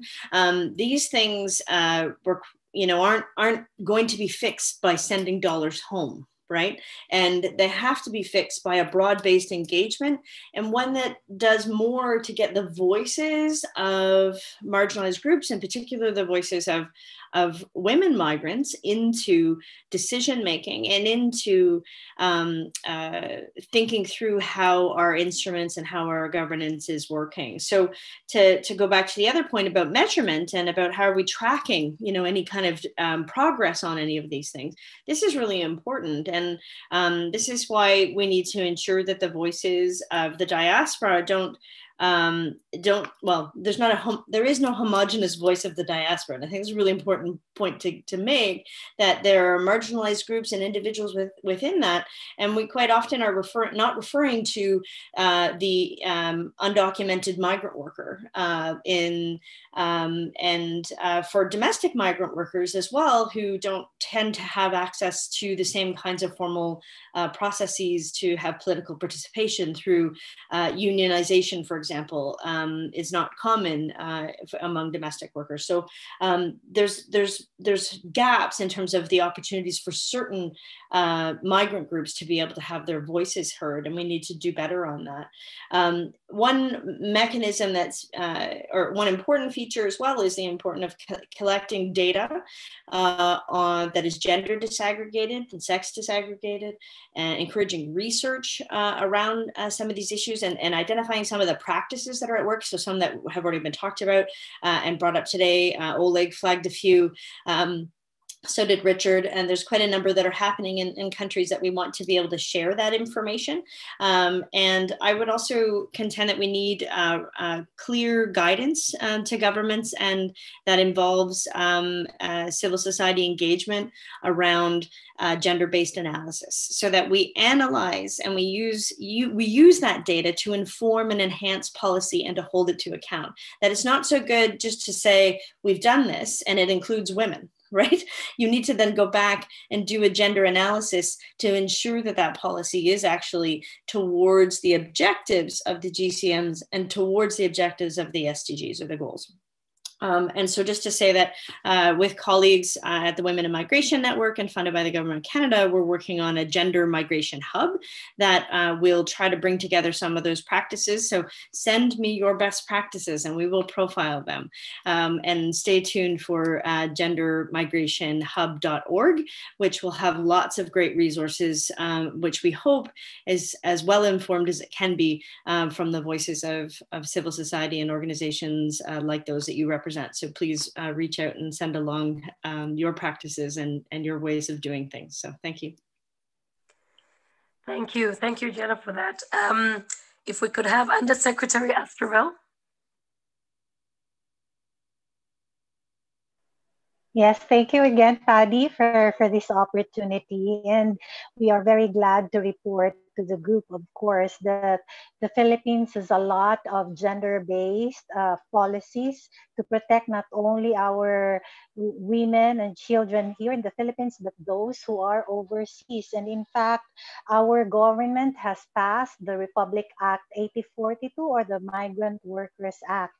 And this law has indicated therein all the mechanisms by which our government must be able to protect, and on the part of protect the Filipinos overseas, especially the women and children. And it would be interesting also to note that as far as the Commission on Filipinos Overseas, in our record of those who registered as immigrants, we have a 10:7, so 10 women to 7 men who are going abroad or living abroad. And for the marriage migrants, we have 91% women who have registered and only 9% male who have married foreign spouses. So that's why we are very much into the protection of the women and the children as well. And you would be interested also to note that the Philippines has a lot of assistance to nationals. In fact, we have lodged a huge amount of money to the APN fund, wherein we help our Filipino migrants, especially the women who have been victimized in other countries or had problems, whether these are in court cases. We give legal assistance, repatriation assistance to them, even reintegration programs and assistance financially. And we have also counseling programs for our women migrants. We have welfare assistance and even information and advisory that we give them. There is also a scheme by which the Philippines will register even those who are undocumented. We have strengthened as well our ties with Filipino organizations, and there are many gender-sensitive programs that we have implemented. Aside from that, we have orientation programs prior, that's the pre-departure orientation seminar, as well as post-arrival orientation seminar, so that our Filipino migrants will learn about their rights and how they can be protected, where they can go to if they have problems. Our government and even the Commission on Filipinos has tied up with legal organizations here in the Philippines and also abroad. And we are very thankful also for the non-government organizations that has been helping us to locate even and report cases, especially of those who are undocumented. And the Commission on Filipinos also, as the chair of the Interagency Council Against Trafficking Advocacy and Communications Committee, has installed its 1343 action line. This is a hotline wherein 24/7, where migrants, especially the women, can report cases of trafficking. And in 24 hours, we are mandated that 24 hours we must be able to help them when they report the cases. And very gladly, we would like to report as well that the Philippines has maintained its Tier 1 ranking for consecutive 4 years since 2016 in its fight against human trafficking. And this is a whole of government approach that we have conducted, no? So that we will be able to gain the trust not of our Filipinos, also of our fellow Filipinos, to report their cases, because they see that the intervention of the government is there. So prosecution, prevention of these traffickers are being addressed by the government. In fact, there is an increase of prosecution of the cases that has been reported. And you know also that maybe that the Philippines is one of the countries that has really fought against the kafala system, which has a disadvantage, especially the women migrants. And we are very thankful for the cooperation of many organizations so that we will be able to protect our migrants. And we also have our community education program. It has been mentioned that it's very important that we go local. So the Commission on Filipinos Go Local with its program on the community education program, wherein we go to local governments and prepare our people, especially from high school students to college students. We give them information so that they will be able to get a wise decision whether they are going to migrate. And we have enhanced this program even at this time of the pandemic by having our webinars. We also have our Ugnayan series, wherein we go to the different countries and have a town hall meeting with all our migrant Filipinos and ask them their problems so that it could be reported and we could assist them in whatever way we can. So the Philippines has done a lot, actually. That's gender sensitive programs so that our fellow Filipinos will be protected wherever they are.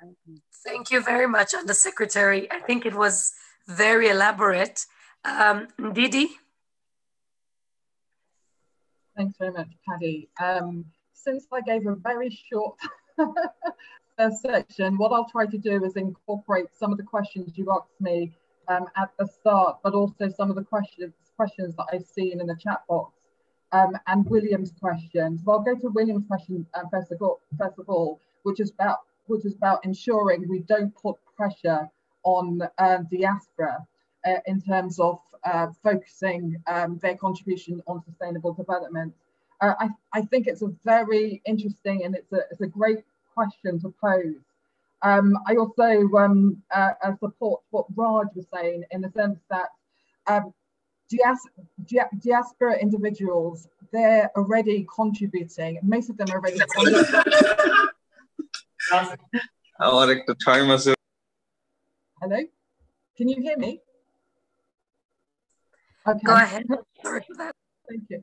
All right, so most of them, they're private individuals, so they're already of their home countries. And I think what we should focus on the GCM diaspora. Sorry, can they Thank you.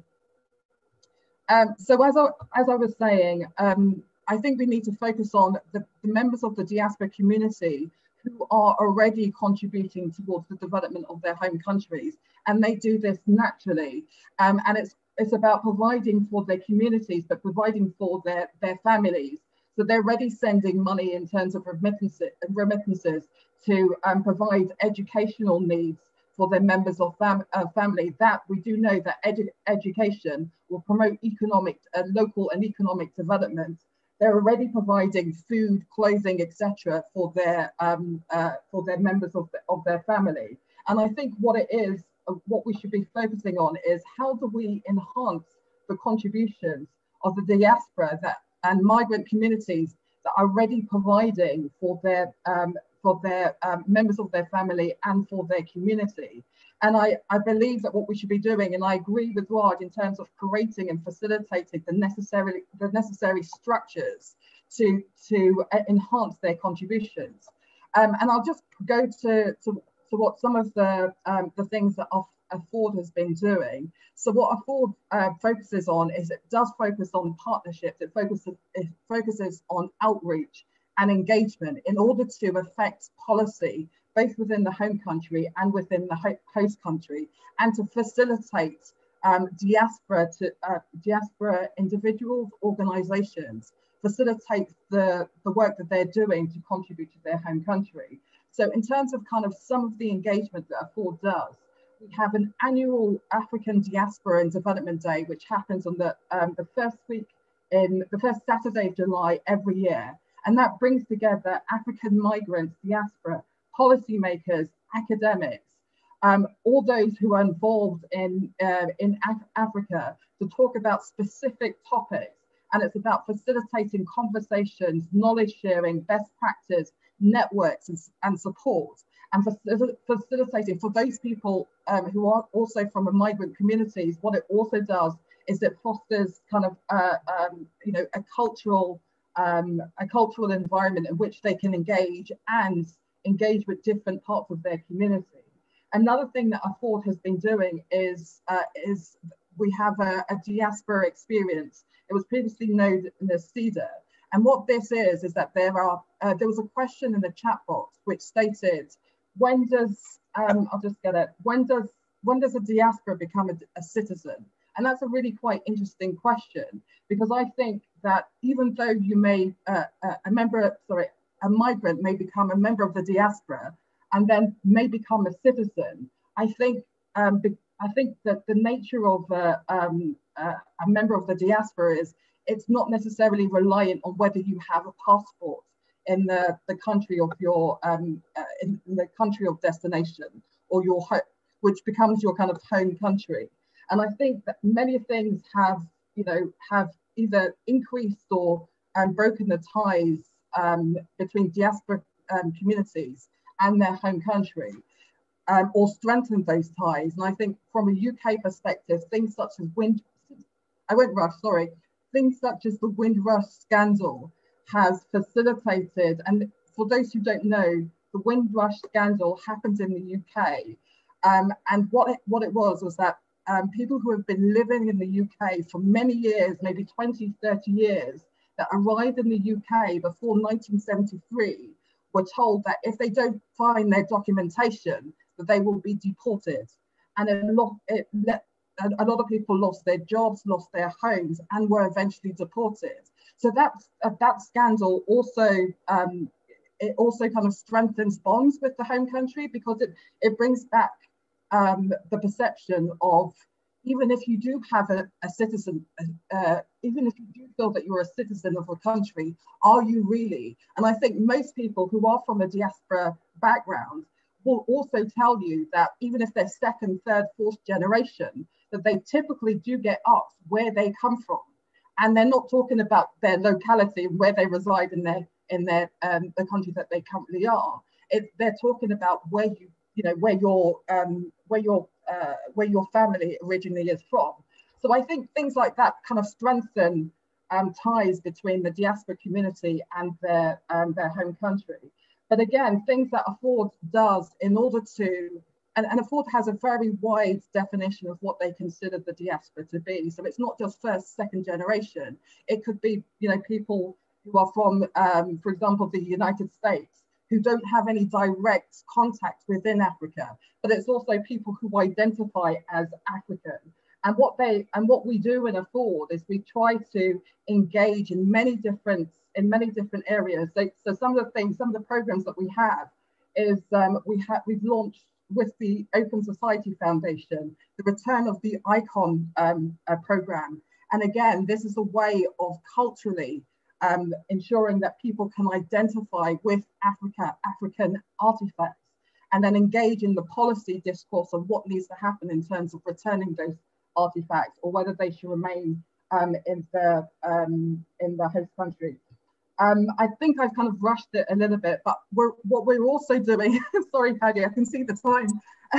What we're also doing is engaging in kind of policy making, both here in the UK, in Europe through organizations such as ADEPT, but also in different countries. We're engaging in Nigeria, we're engaging in terms of their diaspora units, and we're providing training, knowledge sharing, etc. In Sierra Leone, we've engaged, and we've also did business competition, a national business competition in Sierra Leone. And I can speak of many more. I don't want to talk too much, but I would just say, please reach out to myself, reach out to members of Afford. We're engaged in so many different platforms, and I forgot to mention the Global Academy on Migration and Development. That's another, we talked about platforms, and that platform was brought out through the Migration Laboratory in the Global Forum for Migration and Development. And that's where diaspora practitioners get together, talk about knowledge, skills, share lessons learned, but also kind of engage with organizations on the ground to do training and to do advocacy training. I'll leave it there. But please do engage with us. Thank you. Thank you so much. I think you even unearthed some new questions that we'll have to take in another conversation with you.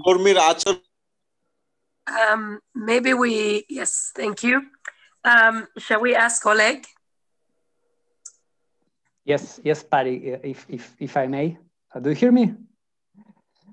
Yeah, I mean, so much passion in this Zoom call, and so many interesting and useful insights. 3 points from my side, because I really have to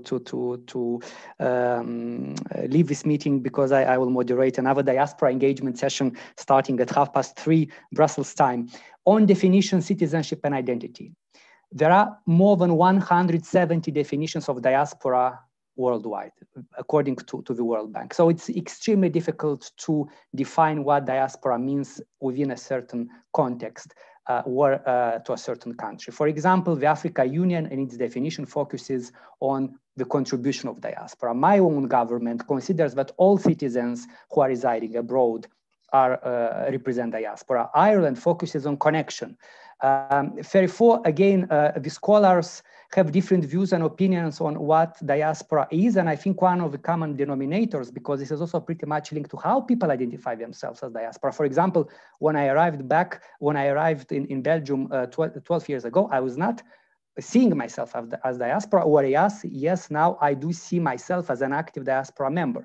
So the scholars basically suggest to policymakers not to ask what diaspora is, but to focus how the term is used and what type of meaning it produces. And why this is important, because there is an interesting study produced in France among the African diaspora residing in that country that shows that 46% of diaspora who responded to that study, they don't identify themselves as diaspora.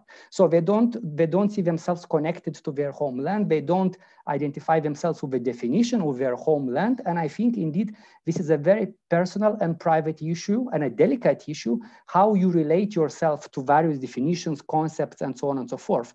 For example, the second, where the third or even the fourth generation of Capo Verdeans living abroad in the United States or in Europe. They participate every year in the African African football championship or basketball championship. They've never lived in Capo Verde. And yet the question is why they feel so connected and attached to their homeland. And indeed, one of the issues that we really have to address here is the motivations, the aspirations of diaspora, be it of first, second, or third generation, when it comes to their sense of belonging and transnationalism and how they connect with the homeland of their grandfathers and grandmothers. And I think this point leads me to my second point, is that indeed we don't have enough knowledge, data, and evidence on diaspora's motivations, diaspora profiles, why some individuals are naturally contributing to the development of their country, why certain individuals, even though they get the citizenship of the country of destination, they continue to be engaged to their country. So again, I think we really need to have more of this type of studies in order to understand how diasporas relate to their homeland. And also we need more of monitoring and evaluation of different programs, but also to understand how diaspora contributes to their homelands beyond remittances, because we know that in 2019, diaspora sent back through official channels $551 billion US dollars. Yet in addition to money, diaspora generates and provides economic, social, cultural, and political remittances. However, we don't know precisely how much. We cannot quantify. We don't have enough studies precisely on this type of remittances, for example, on investment, on entrepreneurship, and so on and so forth. So in order to move along with the implementation of the GCM, more focus would need to be put on knowledge monitoring and evaluation. And the third element is indeed about diaspora as an actor of development that derives from my previous point. I think it's important to shift the paradigm and approach to the way diasporas are perceived in the development arena. Again, there are all sorts of approaches. However, I think diasporas should be seen as an active agent of change and not as passive beneficiaries. And I would rather stop here. I thank you so very much to all of you for these engaging discussions. Paddy, to you for amazing moderation. Unfortunately, I have to leave to start preparing for the next session, but we stay in touch. And please do get in touch with us, because the EU Global Diaspora Facility can engage with you. We can establish partnerships and further support both governments and diasporas in advancing various aspects of diaspora engagement policies. Thank you so very much. Thank you, Oleg, for that wonderful exit speech, if I could call it. And thank you for being with us. We understand the constraints that you have on time. I will now ask, and we go to our next speaker, Professor Camelia, for your final 2-minute words. Okay, I know we are short on time, so maybe I will just 1 minute. I would, since this is the last session on the GCM objectives, I would like to say first that we should probably try to see this GCM not as a list of purposes, but as a system of intertwined objectives. So we've been seeing that each objective connects to several other ones. In response to Richard Obedi, I would say there is no mechanism of international evaluation of international policies on migration similar to the public policies of migration. So maybe this is a really good point to start thinking about. Now, about this last remark of Oleg, that there are not enough studies on how diasporas work and what they really are interested in. I would say there is a lot of research already on this. So I would say maybe what we lack is a link between what we do in the academia and what international organizations do, official and unofficial ones. And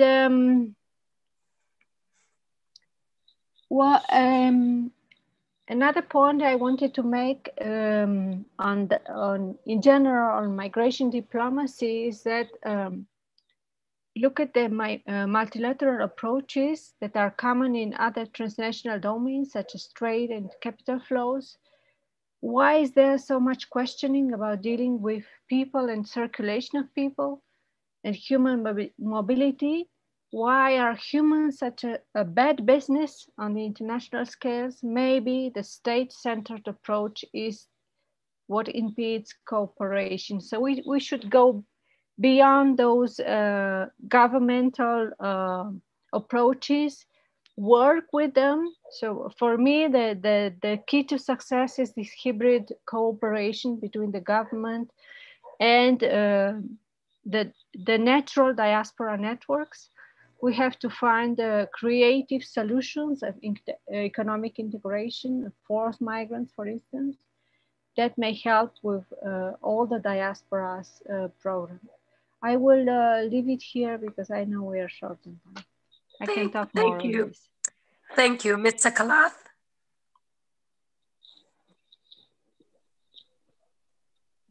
Thanks again, Patty, for the time. Now, you asked me about the mechanism to be in place. We have a mechanism in place. What we need is the diaspora should take the responsibility for educating the lower level workers what is available, and also, of course, we need support from the government to see that it is made more effective. And the second is about there is no fixed working hours and weekly off for the domestic workers in some of the Gulf countries. That is something which we have to take it at an advocacy level or maybe from government to government. And the third is about the wage protection system. Now, there should be a compulsory requirement in every country to pay the workers' wages through the bank, so that there is no question of anybody not being paid. And if there is no payment, then of course there should be penalty for the employers. And the last but not the least, one of the biggest wage theft issue which is happening is the payment of indemnity or the service money or the last payment when they leave before it's called it's a statutory dues which they're entitled to based on the number of years service. What's happening is most of the employers, some of the employers avoid paying that. So if it is possible, again, this is a policy decision, if it is possible to insist that the employers should deposit this money with the social insurance organization so that it can be used for good purposes. And also at the time when the employee leaves, there'll be no dearth of funds, or there'll be no problem for the employer to find funds, and it'll be already available in the public funds. So this, I think I'll conclude with that. Thank you very much, Paddy. Thank you for your time. You have been a fantastic moderator, and I really enjoyed the session. Thank you very much, and thanks to MFA for thanks to the organizers for giving me time to be present here and address you. Thank you very much, Mr. Kalath, for that. And now we have come to the end of our webinar. The panel discussion, I felt, could have even taken much longer than this, because even when we were at the end of the conversation, I felt new things were coming up, and it's very difficult to sum up. So I would not even attempt to, but I think a few points are very important to raise here. The fact that we need to realize that the conditions that we seek for migrants and diaspora to contribute to sustainable development start from ensuring that they have the conditions to thrive so that they can contribute to the sustainable development that we look for, whether it's at the host country or home country, and even in some cases for those who are in transit. I think it's also very important that we look at this responsibility for setting the conditions, not just as one of where the place of earning, whether it's skills, the place of earning of financial resources, or the place of earning and experience, but we also look where they've come from. So looking at the role of the countries of origin.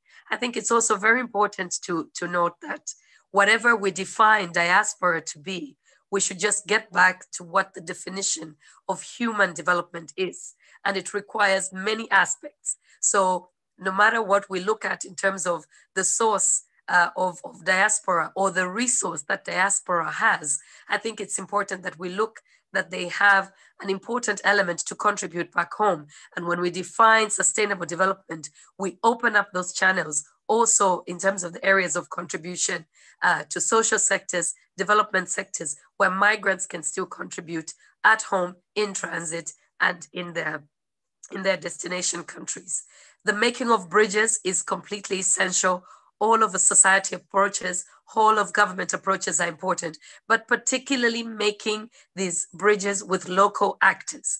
And we're talking also about making bridges with sectors of development. So we can really see where is the money going? Where are the resources counting towards? Because sustainable development lands on humans. When we're saying the SDG 1 is counting in terms of cutting in half the number of people that are in extreme poverty. It's actual figures. So we're looking at impacting on lives. So that's also very important that we link it to the sectors. The conditions that we have to have in terms of channels and platforms are very important, that we recognize that there are different voices of the diaspora, and in these different voices that they would need to be included in the various spaces in which diaspora is being engaged. And taking care of gender dimensions, taking care of marginalized groups who would not usually have direct access to these platforms. I think there's been a big emphasis on migration and on monitoring and evaluation. We can't just move along and plan. We need to think about mechanisms. Do we have an opportunity with the different global platforms that we have? Do we have an opportunity through the review of the Global Compact for Migration that has already unfolded in the last year and continues to unfold? Should we look into monitoring what we have signed up for in all these different objectives? And I think lastly, partnerships, not only with private sector, but partnerships with research in terms of knowledge creation and in terms of taking our impacts forward so that we can really see development incomes. And essentially, I think this would coin and much more than I have said, but I think the panelists have put it out right. So thank you for joining us for these in the last 2 hours. We've taken a little bit more than we usually do.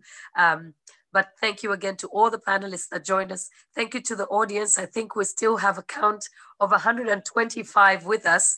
We started with over 200. Thank you for joining us. And please join us again next Tuesday, where we will focus on GCM 20, that particularly looks at remittances. And you will get more information by following our YouTube channel and following also the Twitter handles from all the organizing committee, institutions that are part of this. Thank you and have a safe day. Bye-bye. Thank you, Patty. Thank you, Patty. Thanks, Patty. Thanks, everyone. Great to chat.